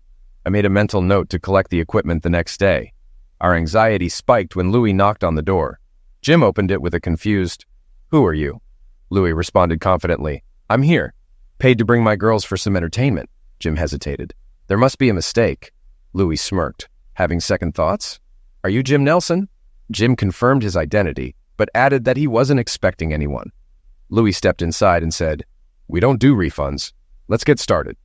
He motioned for the women to approach Jim. As the scene unfolded, we captured it all on camera. Jim, still uneasy, believed Rachel had arranged this surprise due to an email he had received, so he reluctantly went along.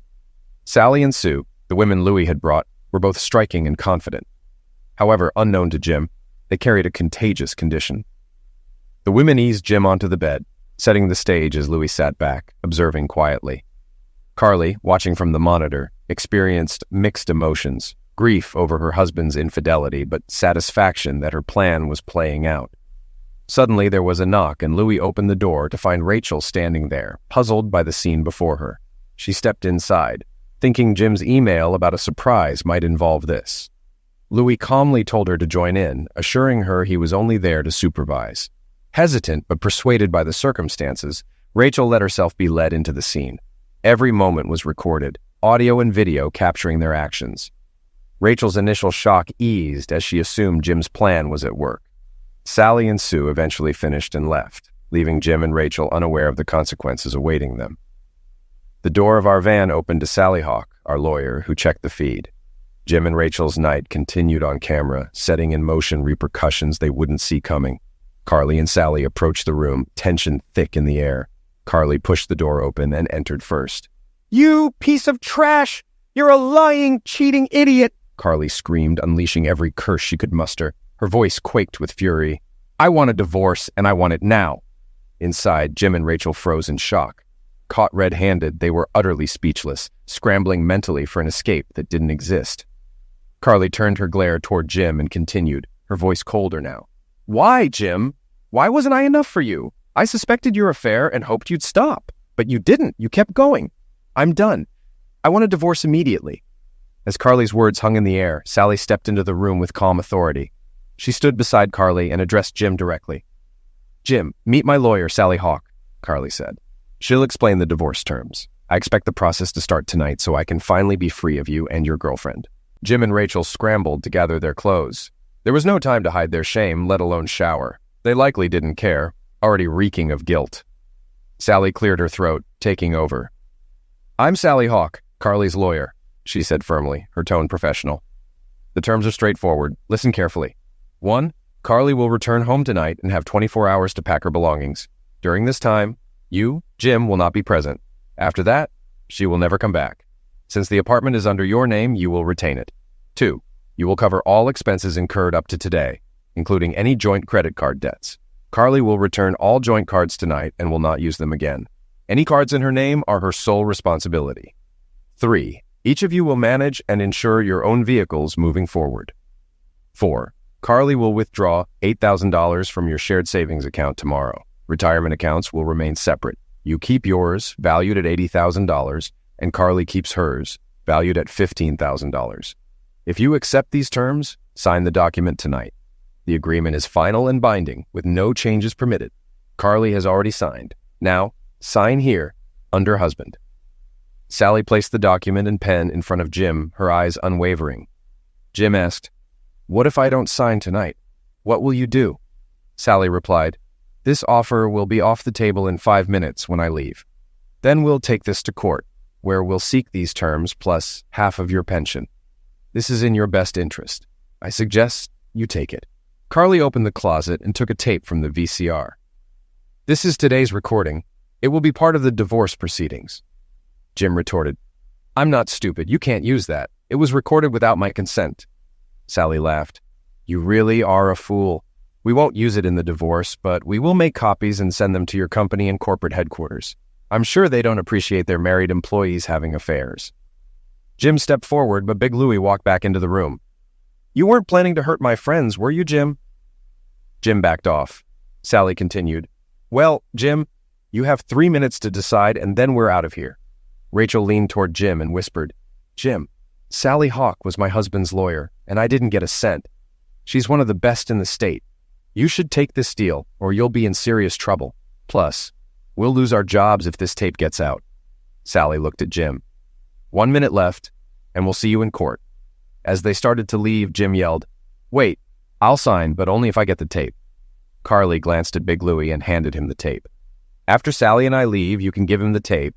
She passed Louie an envelope containing the promised $500 bonus.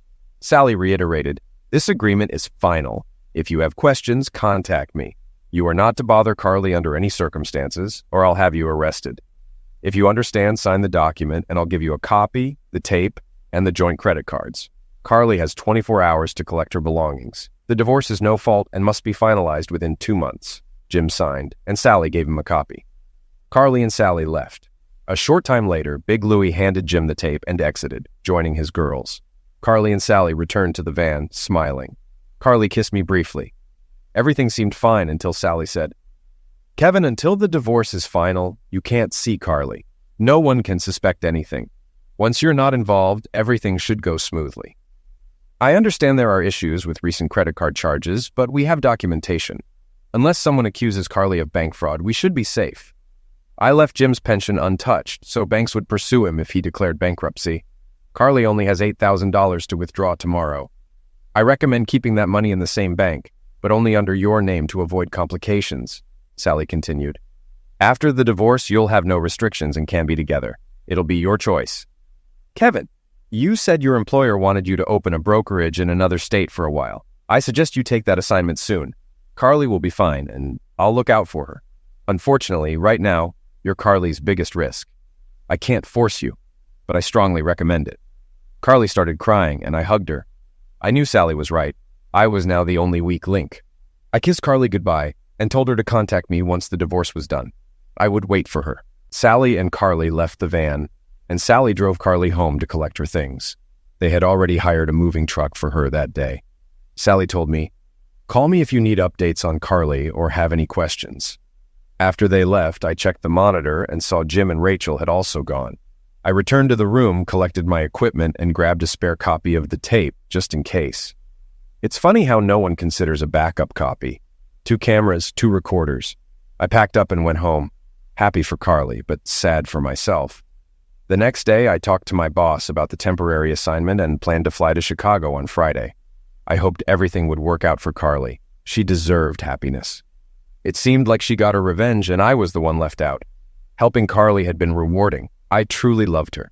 Once in Chicago, I buried myself in work, launching a new brokerage firm. Off the clock, I sat in my room thinking of Carly. During the first 2 weeks, I kept wondering if she was okay. I called Sally Hawk one day and she was glad to hear from me. She said, "Everything's going as expected. Jim hired a lawyer to contest the divorce, but his lawyer warned him that taking on Sally would be a mistake. Jim accused Carly of setting him up but couldn't provide evidence. Sally told me I warned Jim that if he kept accusing Carly, I'd sue him. I'm tired of his complaints." She also mentioned, Jim's lawyer said both he and Rachel had contracted syphilis. They needed treatment and couldn't have sex until cleared, or they'd risk reinfecting each other. That made me smile. Finally, Sally said, Carly moved into a nice apartment near her job. She took about half the items from the old place to furnish her new home. She's been advised not to mention you to avoid suspicion. Of course, she's not dating, but it's only been a couple of weeks. Carly told me privately that she misses you and thinks you're a great guy. I wish I could say that time in Chicago flew by, but it didn't. I didn't feel any better than before the whole revenge plan started. At least back then, I could see Carly passing by each day. I went to Michigan to visit my parents for Thanksgiving and stayed for a few days. It was nice to be with family. I took my sister out Christmas shopping and got gifts for everyone. At a jewelry store, I bought an engagement ring for Carly, hoping she would say yes someday. After Thanksgiving, I returned to Chicago, expecting to stay another 3 weeks. In Chicago, I was surrounded by cold winds and loneliness. The city lights were beautiful, but it wasn't the same without someone to share them with. Together with the new agents, I built the business from the ground up. Things were going well, with many clients starting investments before year-end. When I got back to Ohio, my boss met with me. He praised the success of the new company. From a work perspective, everything was great. I just hoped my personal life would follow suit. 2 days before Christmas, I returned to my apartment and called Sally Hawk. "Kevin, great to hear from you," Sally said. I told her about how well things went in Chicago, and she shared, "The divorce was finalized 2 days ago." I asked, "Can I have Carly's phone number?" She paused and said, "I can't give it to you, but I'll call Carly and let her know you're back." I thanked her, and she wished me good luck. I wasn't sure how to feel. Carly was divorced now, but I had no idea what she'd been thinking about in the months since I left for Chicago.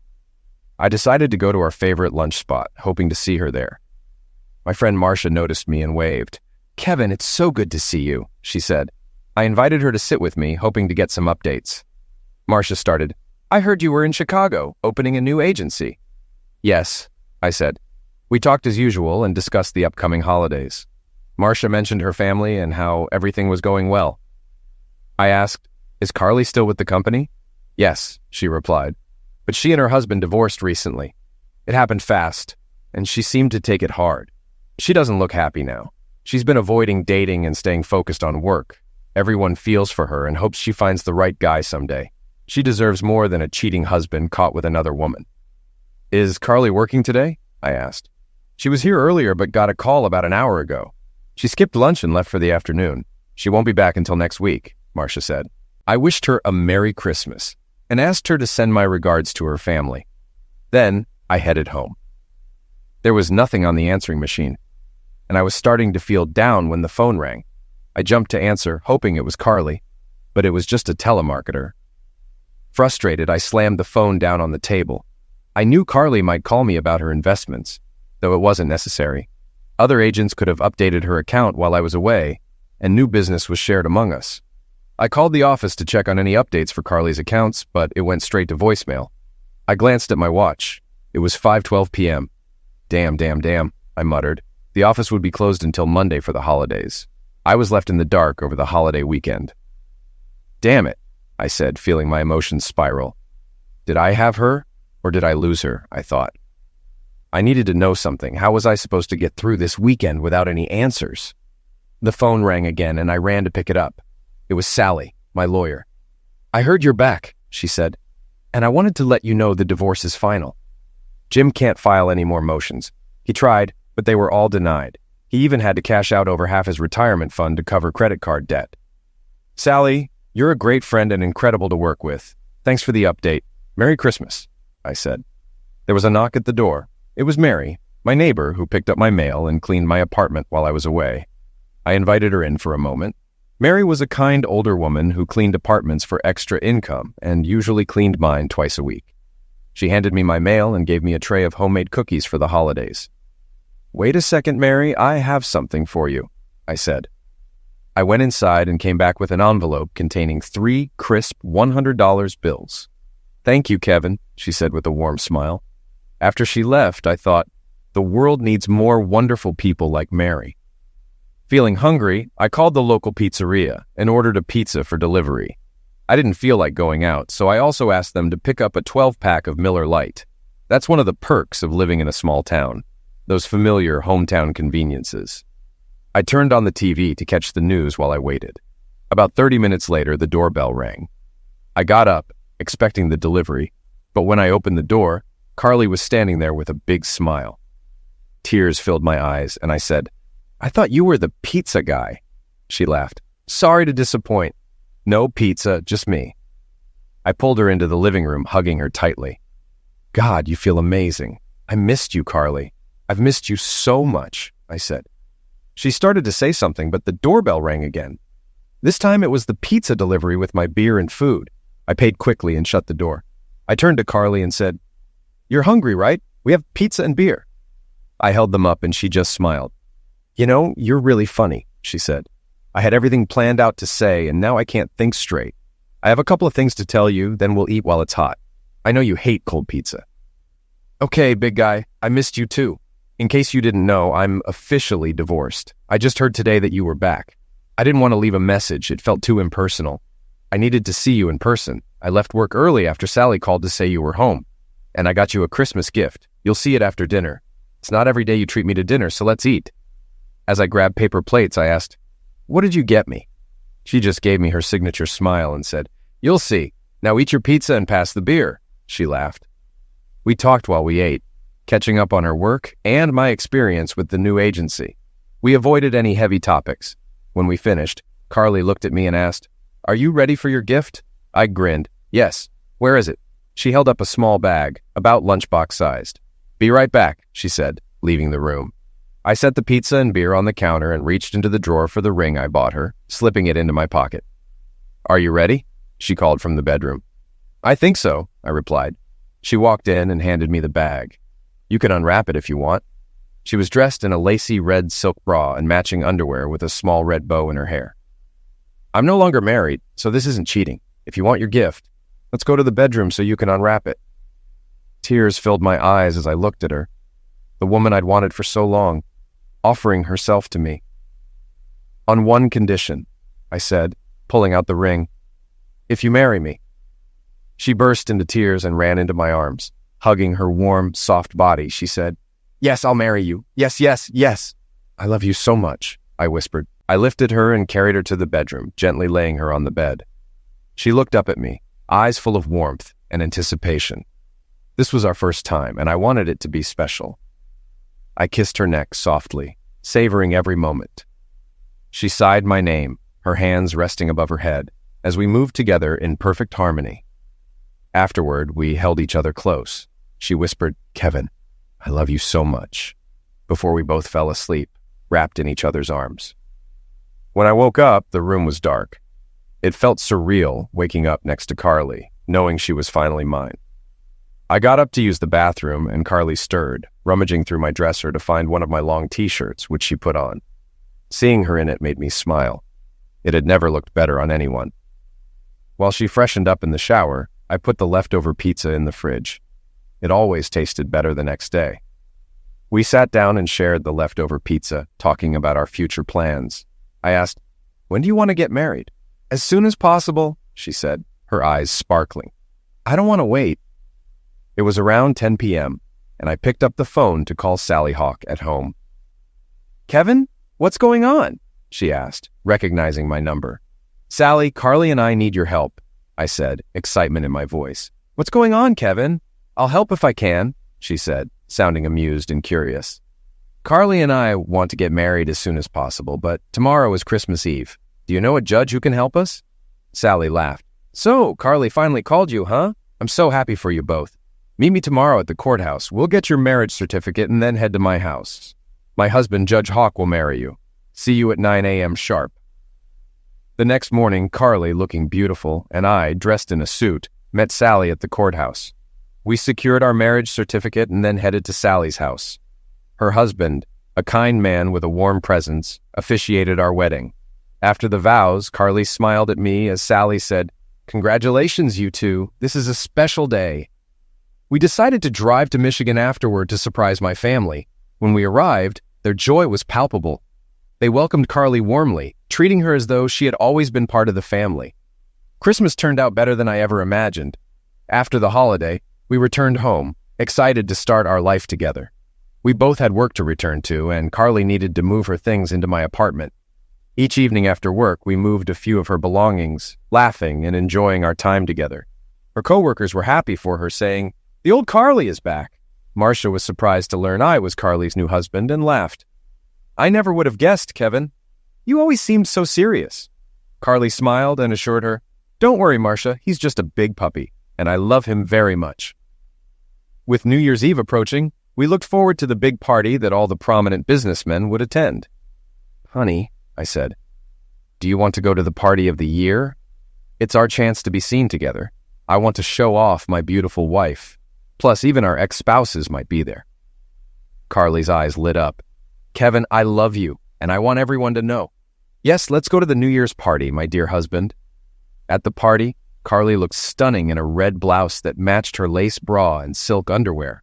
The blouse had a low neckline that showcased her figure, paired with a black miniskirt trimmed with lace. With its thigh-high slit, she looked incredible, tastefully daring. Everyone wanted us at their table. My boss, Carly's friends, and my few close friends all waved us over. We chose to sit with Sally and Judge Hawk. I leaned over to Sally and said, "I've never seen a lawyer look so great." She laughed. "Thanks, Kevin." They introduced us to the others at the table, mostly judges and their wives, who all seemed friendly. The music was loud, perfect for New Year's Eve. Carly and I danced to every slow song. Though other men asked her to dance, she replied, "Not this year. I only want to dance with my husband." This was our time together. The only exceptions were a dance I shared with Sally and one Carly shared with the judge, our special friends. While dancing, we moved near Karen, my ex-wife's sister. We almost bumped into Karen and her husband on the packed dance floor. "Oh my God, it's Kevin!" she exclaimed. I smiled politely. "Good evening, Karen. Happy New Year!" I introduced Carly. "Carly, this is Karen and her husband." Karen's husband shook my hand. "Bob, nice to meet you," he said. Carly gave him her warm smile. "Nice to meet you, Bob and Karen." Karen's eyes shifted as she took in the introduction. Carly added, "Didn't we meet at Robson's restaurant on Old Route 40 a couple of months ago?" Bob shook his head. "No, that place is too pricey for us." Karen turned pale. "Nice meeting you," she said quickly. "We should get back to our table." We watched as Karen hurried to Jim and Rachel, clearly eager to share what she saw. Rachel's face flushed when she looked over, and Jim nearly fell out of his chair trying to get a glimpse. We could hear Rachel say, "Oh my God, Jim, he's with your ex-wife." Jim muttered, "That fool set us up. They took us for over $100,000 and we ended up with an STD. How did they know everything?" Rachel glared. "Kevin told me he'd get even one day." Jim grumbled, "Maybe we can take them back to court." Karen snapped, "Stop it, both of you. Do you see who they're sitting with? Sally Hawk and a table full of judges. And Jim, Kevin could strike you senseless. He's a real man and she's a real woman. They make a perfect pair." It was past midnight and the crowd was thinning. Sally and the judge said their goodbyes and wished us well. Carly and I danced one last song before sitting at a booth near Rachel, Jim, and their group. Carly leaned in and whispered, "Kevin, are you ready?" Puzzled, I asked, "Ready for what?" "Do you want to go home, honey?" "No, Kevin." "Are you ready for your revenge?" she said, slipping her lacy red silk underwear into my pocket like a handkerchief. Loud enough for the nearby table to hear, she said, "Happy New Year, darling." We heard Jim's chair scrape the floor as Carly leaned in and whispered, "Who said revenge isn't sweet?" I kissed her and said, "Happy New Year."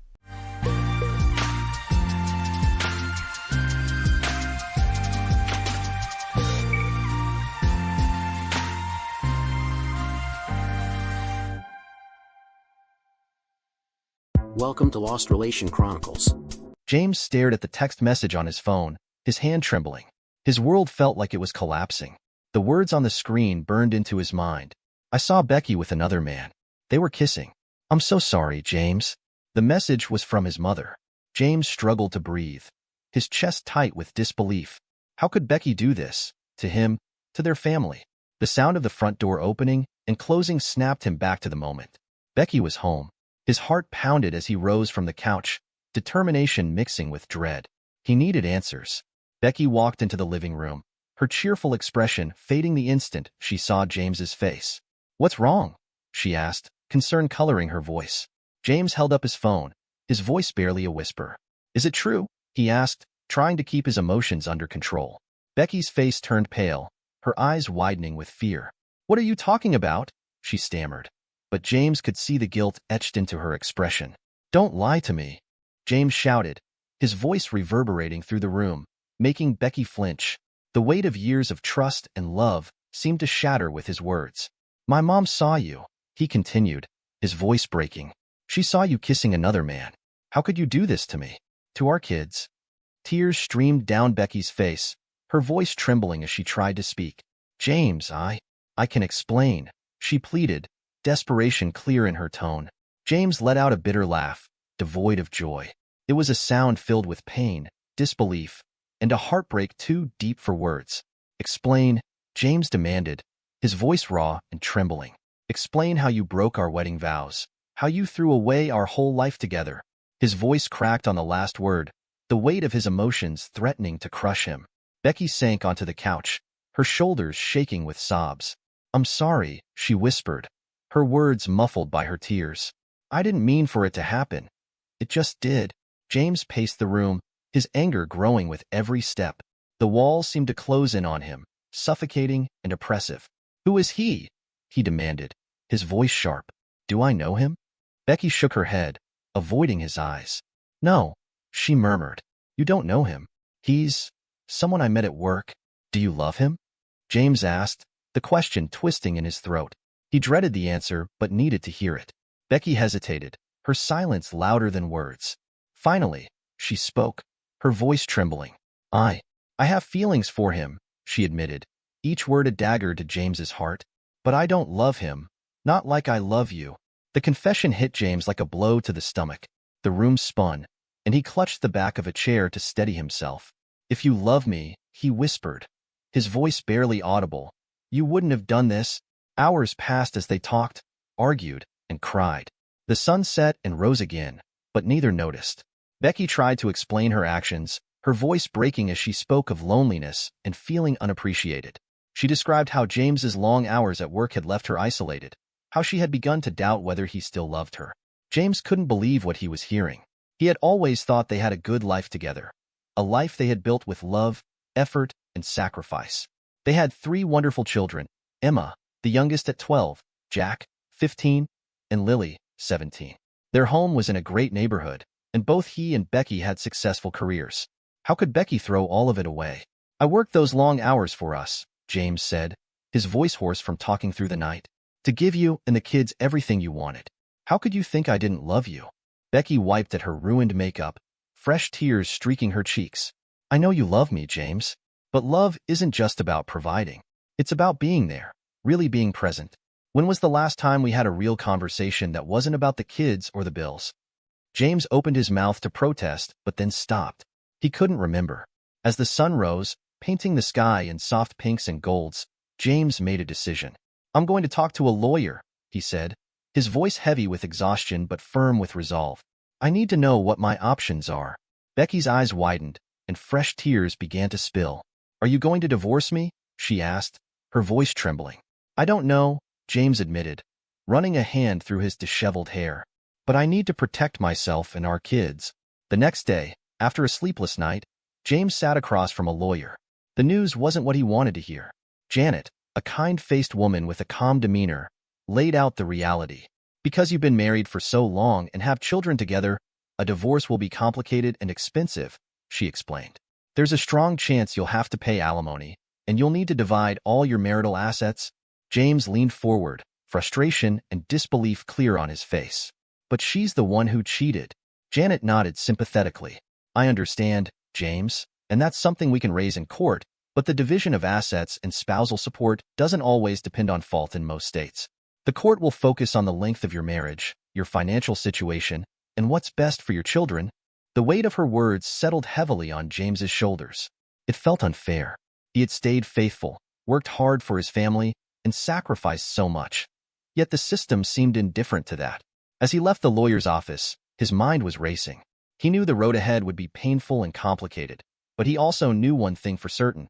He wasn't going to let this destroy him or his relationship with his kids. James protested, a fresh wave of anger surging through him. Janet nodded with a sympathetic expression. "I understand, James," she said gently, "but in the eyes of the law, that doesn't always matter as much as we think it should. The court's primary concern will be the welfare of your children." When James returned home, he found Becky sitting on the couch, her eyes red and swollen from crying. He relayed what the lawyer had told him, watching as her face crumpled, tears spilling once more. "How can you do this to me?" she cried, her voice rising in hysteria. "You're ruining my life." James stared at her, disbelief and fury bubbling to the surface. The unfairness of her accusation hit him like a tidal wave, threatening to overwhelm him. "I'm ruining your life?" he shouted, his composure finally shattering. "You're the one who cheated. What about our kids? Did you think about how this would affect them?" Becky wiped her tears, her shoulders slumping as if the weight of her actions had finally pressed her into defeat. She looked down, unable to meet his gaze. "I didn't mean for this to happen," she whispered, her voice trembling. "I didn't want to hurt anyone." James shook his head, his anger simmering but tempered by exhaustion. "But you did," he said, his voice quieter but no less intense. "You hurt all of us. And now we have to live with the consequences." The room fell into a heavy silence, both of them sitting on opposite ends of the emotional chasm that had opened between them, unsure if it could ever be bridged. "Of course I thought about them," Becky said quietly, her voice laced with sorrow. "That's why I want to fix this. Can't we try to work it out? For the kids?" James wanted to say no. Every part of him screamed to pack his bags and leave, to never look back. But as he opened his mouth to refuse, his gaze fell on a family photo on the mantel. It was from their last vacation, all 5 of them smiling on a sunlit beach, their faces filled with happiness. His children's joyful expressions seemed to plead with him, and his resolve wavered. He thought about his kids, how sad and confused they would be if he left. He imagined Lily, about to start her senior year of high school, trying to focus on college applications while dealing with the collapse of her family. He thought of Jack, already struggling with the pressures of being a teenager, now facing the added burden of their divorce. And little Emma, still so young and innocent, not understanding why her daddy wouldn't be living at home anymore. After what felt like hours, though it was probably only a few minutes, James spoke. "We can try counseling," he said, his voice heavy with reluctance. "But I'm not making any promises." Becky's face brightened with hope, but James raised his hand to stop her before she could speak. "This doesn't mean I forgive you," he said firmly. "And it doesn't mean we're okay. It just means I'm willing to try, for the kids' sake." Over the next few weeks, James and Becky attended marriage counseling. At first, it was difficult. They argued frequently, revisiting old wounds and resentments. James still carried anger and feelings of betrayal, while Becky fluctuated between defensive anger and tearful regret. But gradually, things began to improve, thanks to the guidance of their patient counselor, Dr. Reynolds. Dr. Reynolds worked with James and Becky to create a safe space where they could express their feelings without fear of being dismissed or attacked. Through her patient guidance, they learned to communicate with empathy rather than frustration. Instead of shouting over each other, they began to listen, truly listen, to the pain in each other's voices. As they dug deeper into the roots of their problems, it became clear that their issues went beyond the affair. The cracks in their marriage had been forming over time, unnoticed or ignored, until they became a wide chasm that neither knew how to cross. James, driven by his desire to provide for his family, had poured himself into his job, often working long hours, taking on extra projects, and focusing on financial stability. He believed that by providing material security, he was showing his love for Becky and the kids. But in doing so, he had unknowingly distanced himself from them emotionally. He didn't take time to connect with Becky in meaningful ways. No quiet moments together, no spontaneous gestures of affection, no deep conversations about their dreams and fears. He hadn't recognized that, beyond the bills and responsibilities, Becky needed more than just financial stability. She needed emotional closeness and reassurance that she was valued, not just as a partner, but as an individual. Becky, on the other hand, had begun to feel increasingly neglected. She had spent years trying to be the supportive wife and mother, putting her needs aside for the sake of the family. But as time passed, she began to feel invisible, unappreciated. The little things, simple conversations, shared laughter, or even just a warm touch, became scarce. As James became more consumed by his work, Becky began to feel alone in their marriage, unsure of her place in it. The emotional distance grew, and with it, a sense of resentment. In the absence of the attention and affection she craved, Becky began to seek validation elsewhere. The affair wasn't just about the other man. It was about Becky's longing for someone to see her, to make her feel valued and loved again. It was a desperate attempt to fill the emotional void she had been living with for so long. While Dr. Reynolds never justified Becky's actions, she helped James see that his own neglect had played a significant role in the breakdown of their connection. James began to understand that love wasn't just about providing. It was also about being emotionally present, about nurturing the bond they had once shared. As painful as it was to confront these truths, it forced both of them to acknowledge how their individual choices had contributed to the unraveling of their marriage. It was a painful but necessary step toward healing. For a while, it seemed like James and Becky were on the right path. They were talking more, truly listening to each other, and making a conscious effort to rebuild their marriage. They even started having date nights again, something they hadn't done in years. They would leave the kids with James's mom and enjoy a quiet dinner or catch a movie together. The moments of connection, the small gestures, the effort to rekindle what had once brought them together.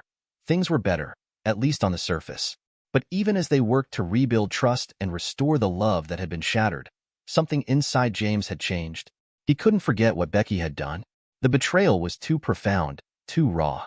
It wasn't something that could be wiped away by a few nights out or a couple of heartfelt conversations. The wound ran too deep. Every time Becky was late coming home from work, a knot twisted in James's stomach. He wondered if she was with someone else, if the same pattern was starting to repeat itself. When her phone buzzed with a text message, he had to fight the intense urge to grab it, to see who was messaging her, to confirm his suspicions. His trust in her had been broken, and no matter how hard he tried, it was hard to ignore the doubts that lingered in the back of his mind. The trust wasn't there anymore, and deep down, James wasn't sure if it ever would be. His mom, seeing the pain James was carrying, urged him to leave Becky. During their weekly phone calls, she would tell him, "She broke your heart once. She'll do it again. You deserve better than this, James." Each time, James felt the weight of her words, her concern for him, and part of him agreed. He deserved peace, stability, and trust. But another part of him resisted. James didn't want to break up his family. He loved his kids deeply and couldn't bear the thought of them growing up in a broken home. He remembered his own parents' divorce, the emotional fallout, the feeling of being caught in the middle, the sense of loss and confusion that followed. He hadn't been ready for that pain as a child, and he couldn't fathom putting his own children through the same heartache. The idea of disrupting their world, of causing them that same level of hurt, made James hesitate, even as his own heart ached. He was stuck, caught between the pain of betrayal and the love he had for his children. Every day, he tried to reconcile the two conflicting emotions, but he didn't know how to move forward. The pain was still there, and though he was trying to forgive Becky, the scars from what she had done lingered, haunting him with every step they took toward rebuilding. James made a difficult decision. He would stay with Becky until their youngest child, Emma, turned 18 and went off to college. After that, he planned to leave. It wasn't an ideal situation, but he believed it was the best thing for his kids. He wanted to provide them with a stable home and two parents under one roof for as long as possible. The years passed slowly. James and Becky lived together, but their relationship was never the same. They were like two strangers sharing a house, going through the motions of marriage without any of the love or intimacy that had once defined their bond. They focused on caring for the kids, maintaining a sense of normalcy in the home, but the love and trust between them had been irrevocably lost. James poured himself into his children's lives, determined to be the best father he could be. He never missed a soccer game or a school play, helped with homework, taught them to drive, and was always there to listen or offer a shoulder to cry on. Becky, too, did her best to be a good mother. She baked cookies for bake sales, chaperoned school dances, and worked hard to create a warm and loving home.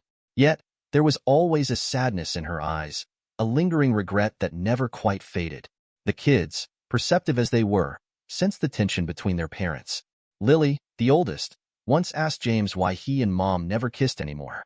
James hesitated, struggling to find the right words.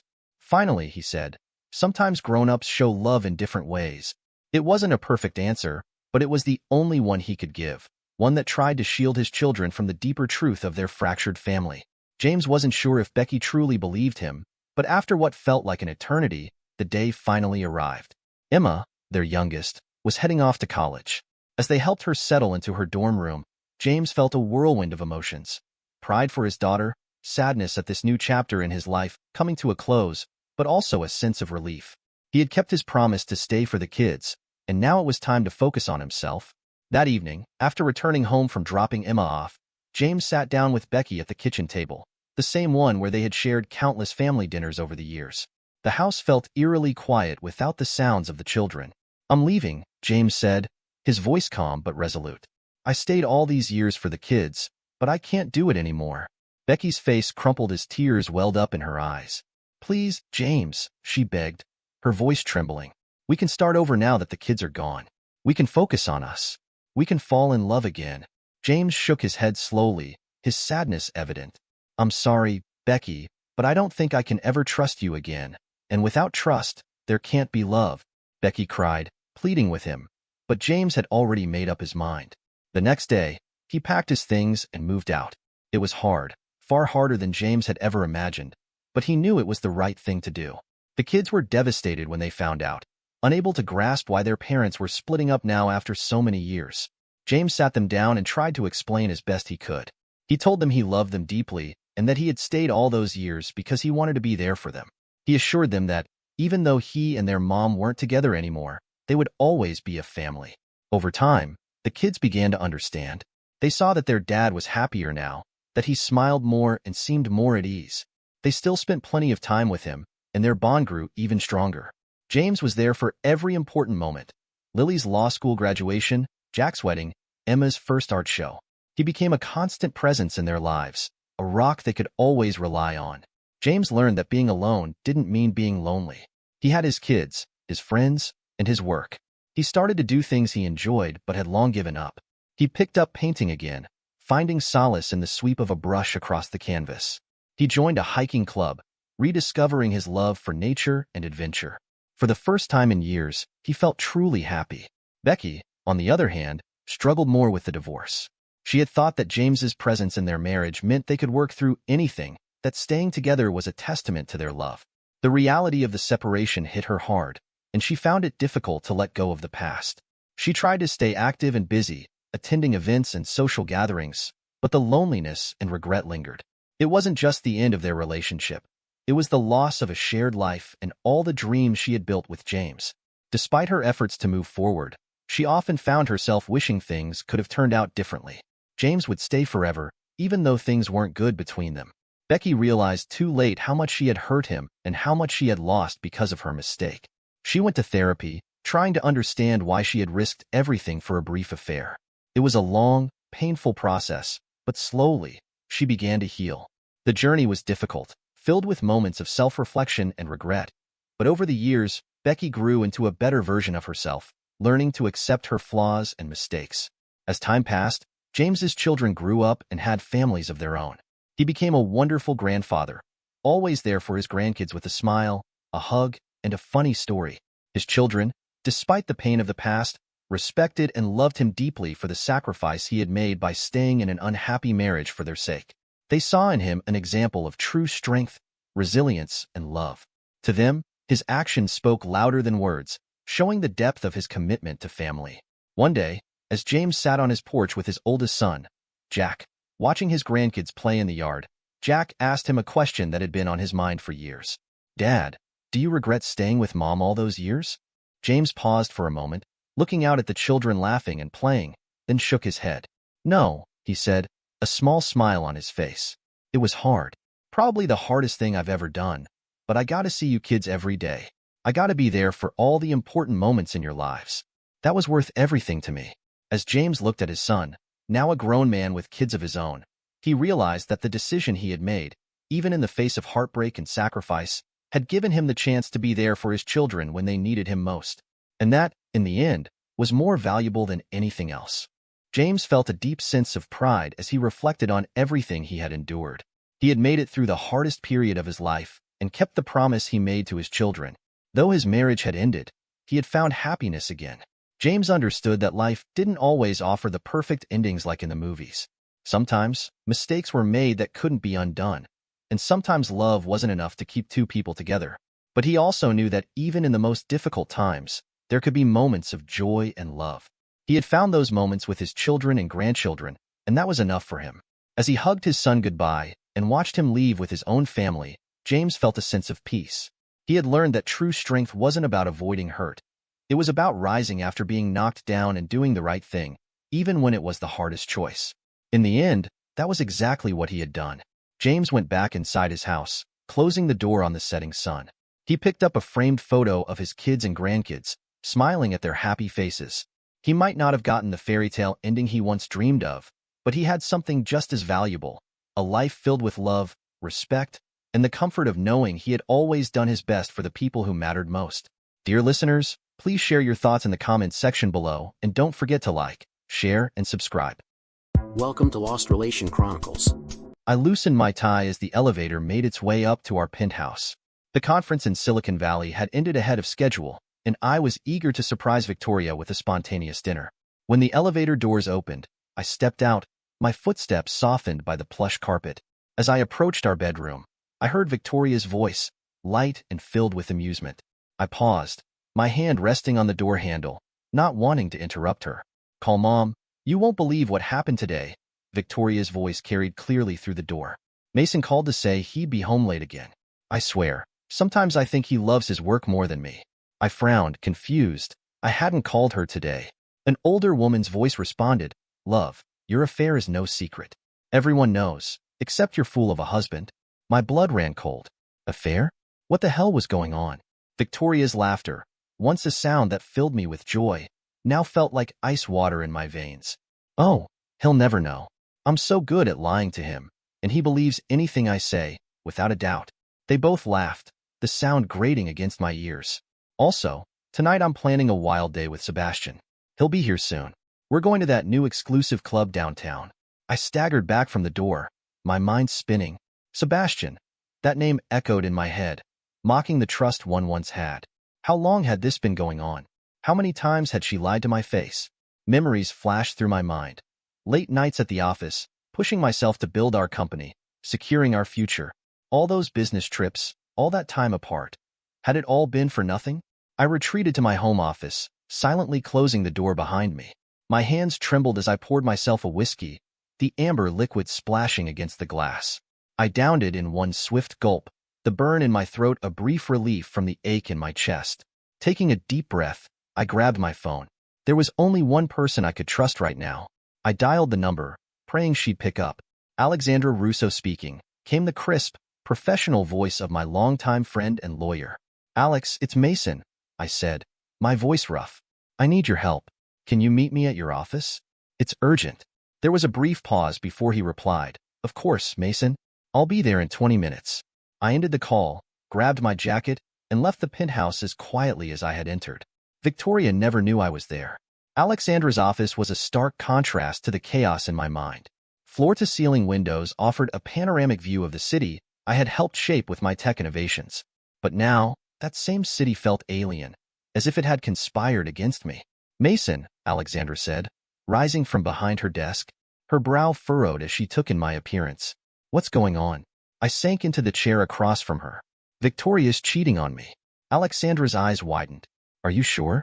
I recounted what I had overheard, each word feeling like a fresh wound, a betrayal all over again. Alexandra listened closely, her expression growing more serious with every detail. When I finished, she leaned forward. "Mason, I'm so sorry," she said, her tone soft but firm.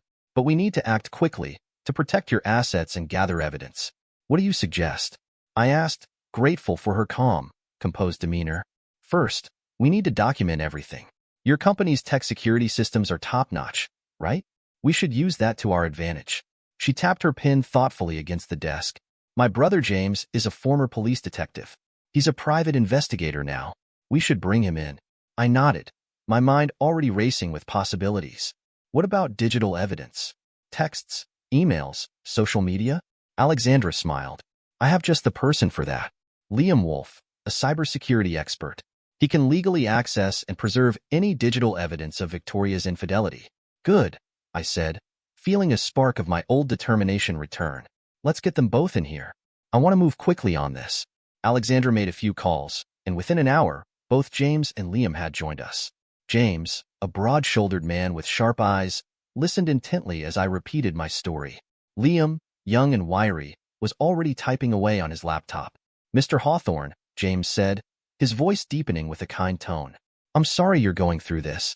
We'll get to the bottom of it. I promise you that. Liam glanced up from his screen. I can start monitoring her digital footprint immediately. If there's any evidence online, I'll find it. I nodded, a strange mix of gratitude and anger stirring within me. Thank you both. I want everything done by the book. When I confront Victoria, I want there to be no doubt about what she's done. Alexandra placed a hand on my arm, her expression thoughtful. Mason, you want to confront her yourself? It might be better to let us handle it. I shook my head firmly. No, I need to do this. I need to look her in the eye when she lies to me, one last time.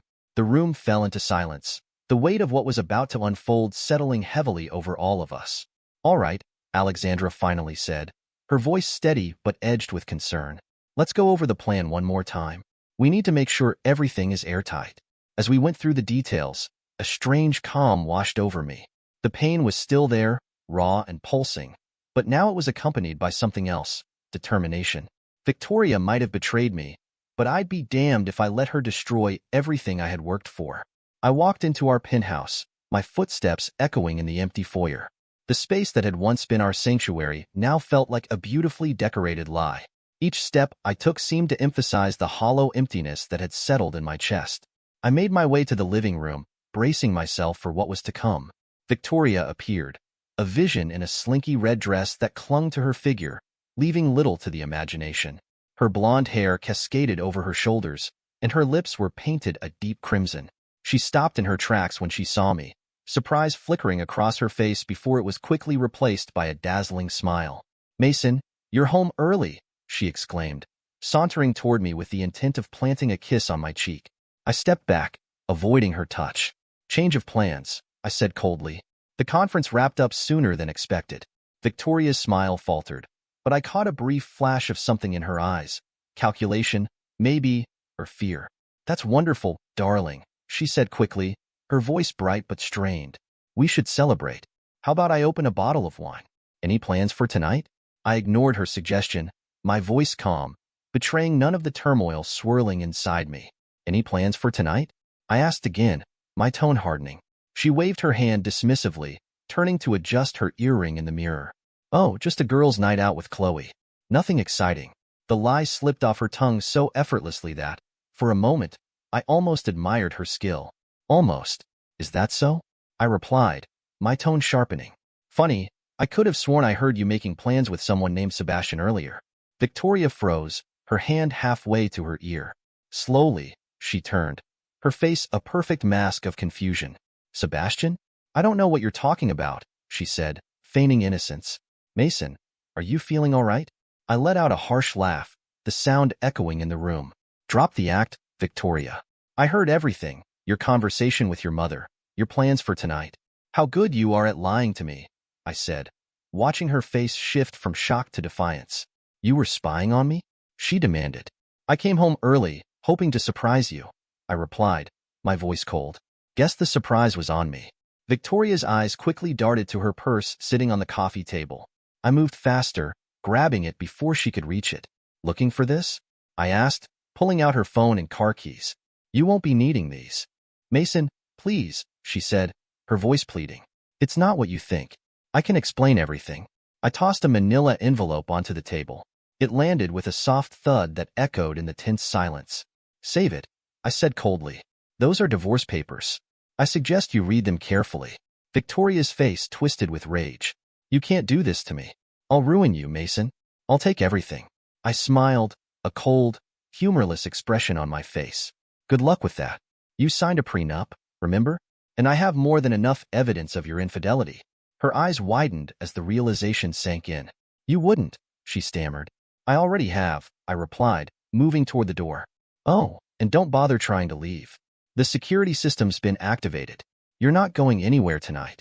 As I closed the door behind me, I heard Victoria scream in frustration. It was quickly muffled as the soundproofing kicked in, another feature I'd installed in our high-tech home, originally for privacy. Now, it served a different purpose. I made my way to the elevator, my steps lighter than they had been in years. The pain was still there, a dull ache in my chest, but it was overshadowed by a sense of liberation. For the first time in too long, I felt in control of my life again. As the elevator descended, I pulled out my phone and sent a text to Alexandra. "It's done. What's our next move?" Her reply came almost instantly. "Meet me at the office. We have work to do." James found something. I stepped out into the night, leaving behind the wreckage of my marriage and the woman I thought I knew. I sat in James Russo's dimly lit office, the tick of an old clock on the wall marking the passage of time.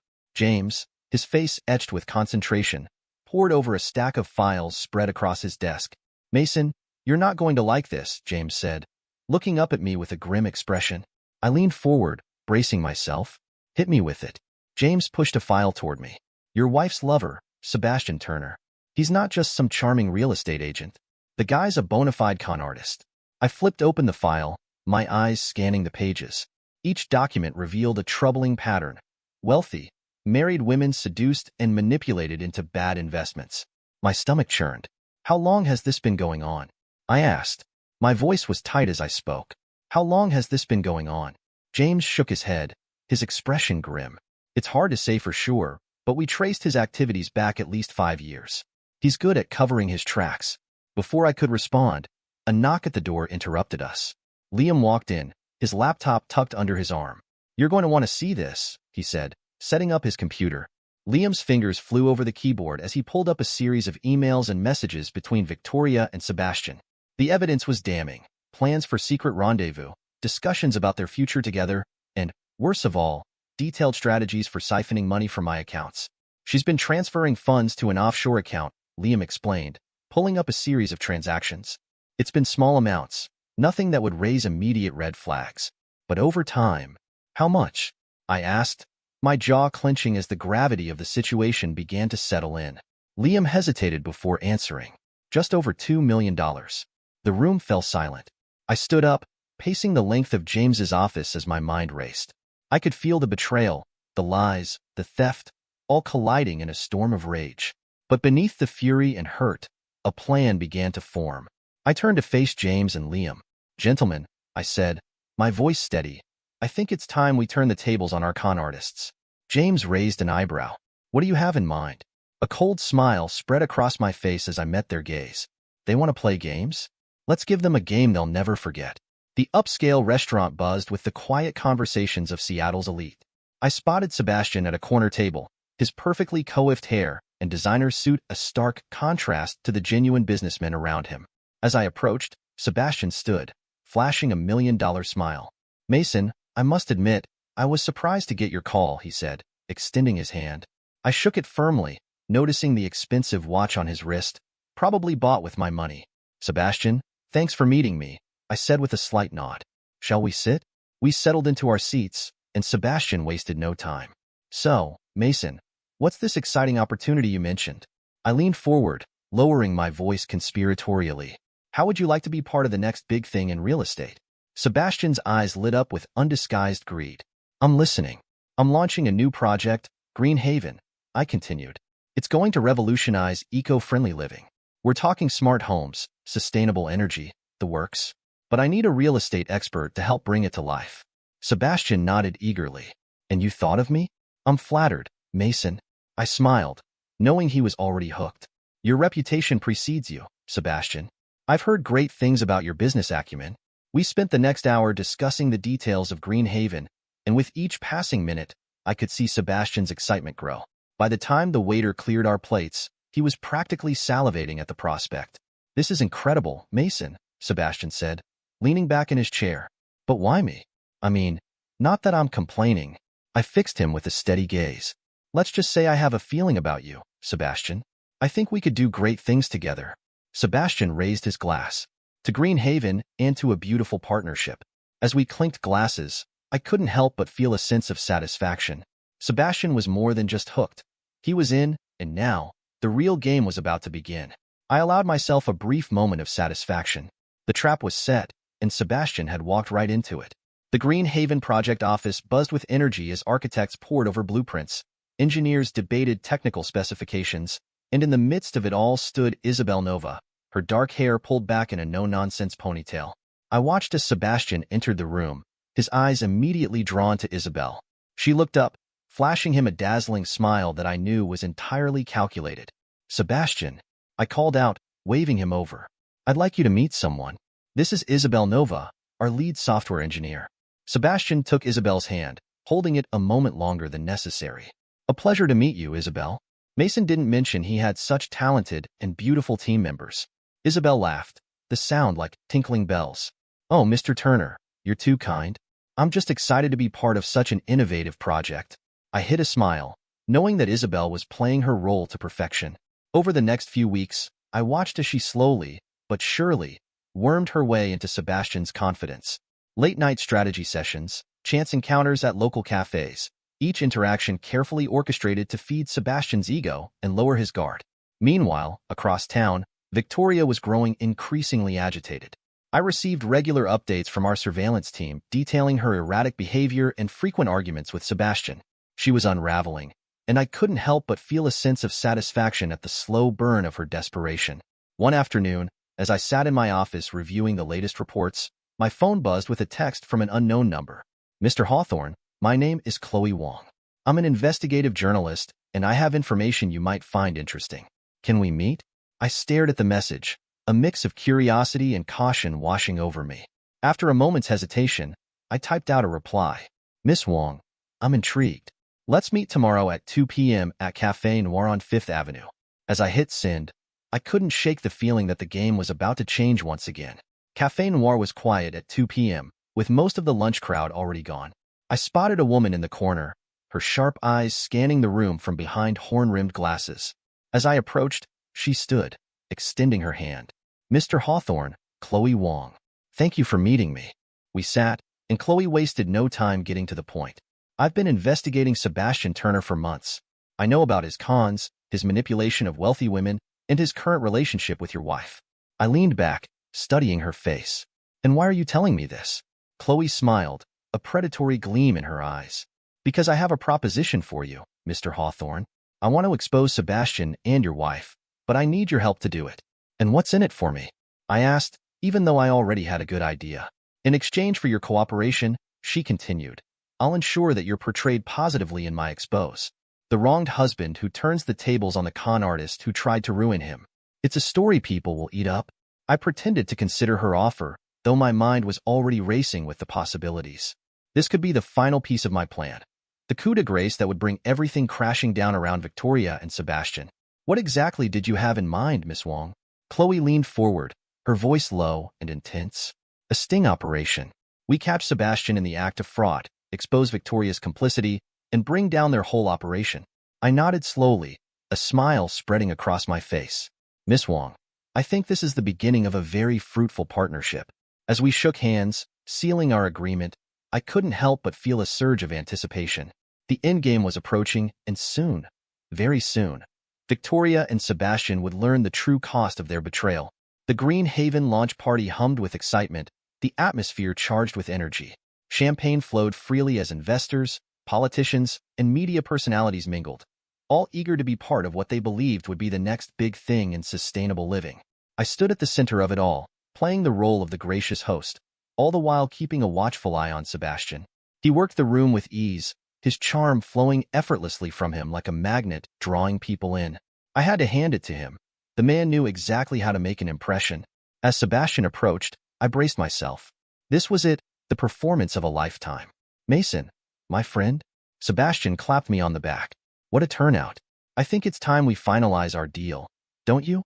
I nodded, allowing a hint of excitement to color my voice. "Absolutely, Sebastian.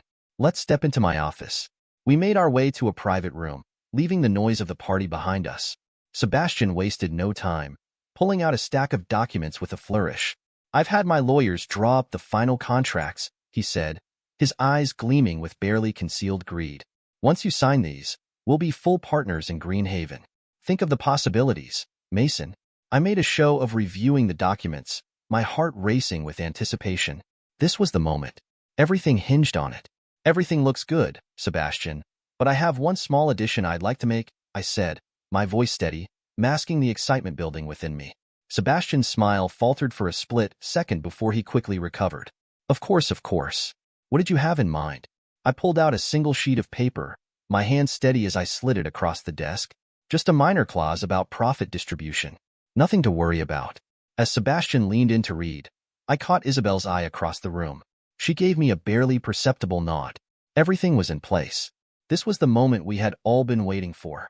Sebastian glanced up after a moment, clearly impatient to finish the deal. This seems fine, he said, his voice laced with frustration at the delay. Let's sign and get back to the party. I'm sure the press is eager for an announcement. With a quick flourish, he signed the papers. I followed suit, my pen moving smoothly across the page. As his pen left the paper, I felt the weight of the moment settle over me. It was done. The deal was sealed. Congratulations, Sebastian, I said, my voice cool and calm. I could almost hear the trap snapping shut around him, the final nail in the coffin. As I watched Sebastian smile, oblivious to what was about to unfold, I knew that everything was about to change. And soon, very soon, he and Victoria would face the consequences of their deceit. My voice was cold and unwavering. You've just signed over all your assets to a victim restitution fund. The color drained from Sebastian's face. What? What are you talking about? I stood over him, the full weight of the moment settling between us. Did you really think I wouldn't find out about your con? About how you and Victoria plan to bleed me dry? Sebastian lunged toward the documents, but Isabel was faster. She swept into the room, her badge in hand. Sebastian Turner, you're under arrest for multiple counts of fraud and conspiracy. As the gravity of the situation hit him, Sebastian's usual charm dissolved, revealing the ugly truth behind the facade. His eyes narrowed, and he sneered. You set me up. You can't do this. I leaned in close, my voice low and menacing. I just did. Enjoy prison, Sebastian. I hear they have a special fondness for con men there. Isabel led Sebastian away in handcuffs, and I turned to face the party. The final act of this drama was about to unfold. The launch party had erupted into chaos, whispers spreading like wildfire as Sebastian was escorted out of the venue in cuffs. I took to the stage, tapping the microphone to get everyone's attention. Ladies and gentlemen, I apologize for the disruption, I said, my voice carrying clearly through the room. I'm afraid Mr. Turner won't be joining us for the rest of the evening. A ripple of nervous laughter ran through the crowd, the tension palpable. However, I continued, I assure you that Green Haven will proceed as planned, under my sole direction. As I fielded questions from the stunned attendees, I spotted Victoria pushing her way through the crowd. Her face was a mask of fury and panic. Mason, she shouted, storming up to the stage. What have you done? I stepped down to meet her, my voice calm, controlled. I've simply exposed the truth, Victoria. Your little game is over. She grabbed my arm, her nails digging into my skin. You don't understand, Sebastian manipulated me. I never meant to hurt you. Before I could respond, Chloe appeared at my side. Save it, Victoria. We have proof that you were a willing participant in Sebastian's schemes. Victoria's eyes widened in recognition. Chloe, but you're my friend. Chloe's laugh was cold, devoid of warmth. I'm an investigative journalist, Victoria, and you've just handed me the story of a lifetime. As the weight of the situation sank in, Victoria's demeanor shifted. The mask of the wronged wife slipped away, revealing the calculating woman underneath. You think you've won? She hissed, her voice dripping with venom. I'll ruin you, Mason. I'll tell everyone what a cold-hearted bastard you are. I met her gaze, unflinching. Go ahead. Tell them how I caught my wife cheating, exposed a fraud, and protected countless potential victims from your schemes. I'm sure they'll be horrified. Her face contorted with rage, and she raised her hand to slap me. But before she could, security intervened, gently yet firmly escorting her from the premises. As she was led away, I turned to Chloe. You got everything? She nodded, patting her recorder. Every word. This expose is going to blow the lid off the whole operation. I allowed myself a small smile. Good. Make sure the world knows exactly who Victoria and Sebastian really are. Months passed, and the dust began to settle. Green Haven, now fully under my control, had become a beacon of sustainable living. My reputation, far from being tarnished by the scandal, had soared. People saw me as a victim who had turned the tables on those who tried to exploit him. I stood at the podium, surveying the packed auditorium. The energy in the room was electric as I prepared to unveil my latest innovation. Ladies and gentlemen, I began, my voice carrying easily through the space. Today marks a new chapter in the integration of technology and daily life. I present to you Neuralink, a revolutionary brain-computer interface that will change the way we interact with our world. As I launched into my presentation, demonstrating the capabilities of Neuralink, I felt a surge of pride. This was my moment, my redemption, and this time, no one would take it from me. I scanned the audience, my gaze locking with a woman in the front row, Dr. Layla West, the brilliant neuroscientist whose work had been pivotal in developing Neuralink. I wrapped up my speech to a wave of thunderous applause, then made my way off the stage. Layla met me at the bottom of the steps, her eyes gleaming with excitement. "Mason, that was incredible," she said, her voice warm. "The way you explained the complex neural pathways, you made it accessible to everyone." A spark of something I hadn't felt in a long time stirred within me. It wasn't just attraction. It was a genuine connection. "I had a good teacher," I replied with a smile. "Your research laid the foundation for all of this." As we continued discussing the potential applications of Neuralink, I couldn't help but feel the growing bond between us. I found myself truly engaged for the first time since the ordeal with Victoria and Sebastian began. Layla's passion for her work matched my own, and her integrity shone through in every word. There was something refreshing about her, something real that made everything else fade into the background. "Listen," I said, making a split-second decision. "I have some ideas for expanding Neuralink's capabilities. Would you be interested in collaborating?" Layla's face lit up, and I could see the spark of excitement in her eyes. "Absolutely. I've been developing some theories about enhancing memory recall that could dovetail perfectly with your work." As we made plans to meet and discuss our ideas further, I felt a sense of anticipation building inside me, something I hadn't felt in years. This wasn't just about business or innovation. It was about something more, a new chapter in my life, built on mutual respect, shared passion, and the possibility of creating something truly groundbreaking. Later that evening, as I prepared to leave the conference center, Chloe caught up with me. "Quite a show, Mason," she said, grinning. "I see you've met Drive West." I raised an eyebrow, teasing. "Keeping tabs on me, Chloe?" She laughed. "Always. But don't worry, this is off the record. I just wanted to let you know that my book about the whole Green Haven scandal is set to hit shelves next month." I nodded, feeling a mixture of emotions. "And how does it end?" Chloe's expression softened, and I could tell she had thought about it. "With justice served, and a man who refused to be a victim." "You come off pretty well, Mason." As we said our goodbyes, I couldn't help but reflect on the journey that had brought me here. The pain of Victoria's betrayal had faded into the background, replaced by a fierce determination to build something meaningful, something that would last. My phone buzzed with a text from Layla, confirming our meeting for the following day. I smiled, the anticipation building once more. The future stretched out before me, full of possibilities. And this time, I was facing it with my eyes wide open, ready to seize what came next. In the months following the explosive end of her marriage, Victoria's life unraveled in ways she hadn't anticipated.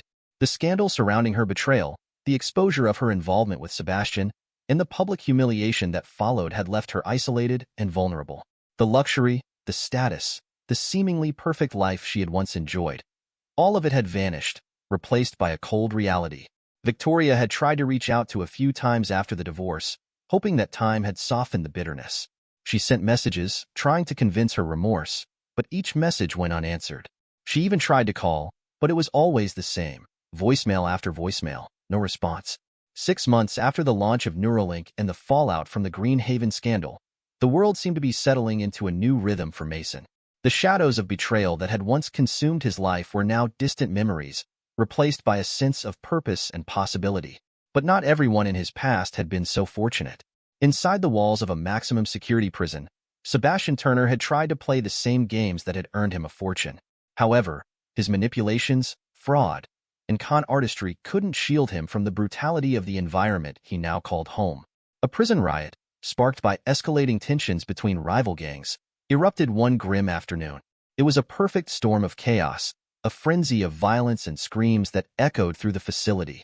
In the midst of it all, Sebastian, who had once strutted through life with an air of untouchable arrogance, found himself cornered by a group of inmates. They had been waiting for the right moment, the moment when his name would no longer have the power to protect him.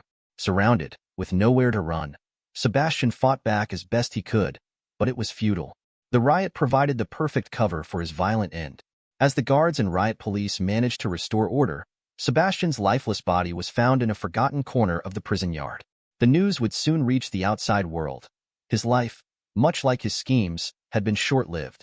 It was fitting, in a way. Sebastian had always thought he could control the game, but in the end, he had been nothing more than a pawn. Mason, on the other hand, was moving forward. His life had taken on a new direction, one far removed from the mess that had once consumed him. The success of Neuralink was undeniable, and with Layla by his side, the future looked even brighter. The past 6 months had been transformative. Mason had thrown himself into his work, but it was Layla's quiet presence that had made everything feel different.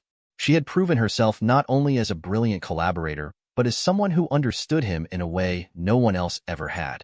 It was more than just mutual respect. It was a bond that felt deeper with every conversation, every shared goal. One evening, after a particularly successful presentation of Neuralink to a group of investors, Mason found himself standing on the rooftop terrace of their office, Layla at his side. The city lights glittered in the distance, casting a soft glow over the evening. He turned to her, the words tumbling out before he could second-guess them. "Layla, I think it's time for the next step." She looked at him, her expression open, knowing. She didn't say anything right away but placed her hand gently over his. After a moment, she smiled, a small, warm smile that made his heart race just a little. "Mason, I think we've been building something special, something that's not just about the work, but about us." Her words were the confirmation he needed. In the months since they'd started collaborating, he'd come to realize that she was the one, not just the brilliant scientist or the ambitious partner, but the one who made him feel alive again. "I want to marry you, Layla," he said, his voice steady but full of emotion. "I've spent so much time focused on revenge, on fixing the damage that was done. But now, I want to build something with you. For us." Tears welled up in her eyes as she nodded, her voice soft but firm. Yes, Mason, I want that too." 6 months after their first real meeting, amidst the success of Neuralink, Mason and Layla married in a small, private ceremony surrounded by only the people who had stood by them, Chloe, James, and a few trusted colleagues. The day was understated, elegant, and full of the quiet promise of a future that was no longer overshadowed by betrayal, but built on love and shared dreams. Their vows were simple but heartfelt, each one a promise of something real and lasting. As they exchanged rings, Mason felt a profound sense of peace settle over him. He had turned the page. The past was no longer something he had to fight against. It was just that, the past.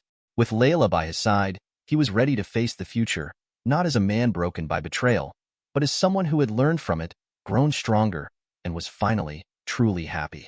As they left the ceremony hand in hand, the world ahead of them seemed full of endless possibility. Dear listeners, please share your thoughts in the comments section below, and don't forget to like, share, and subscribe.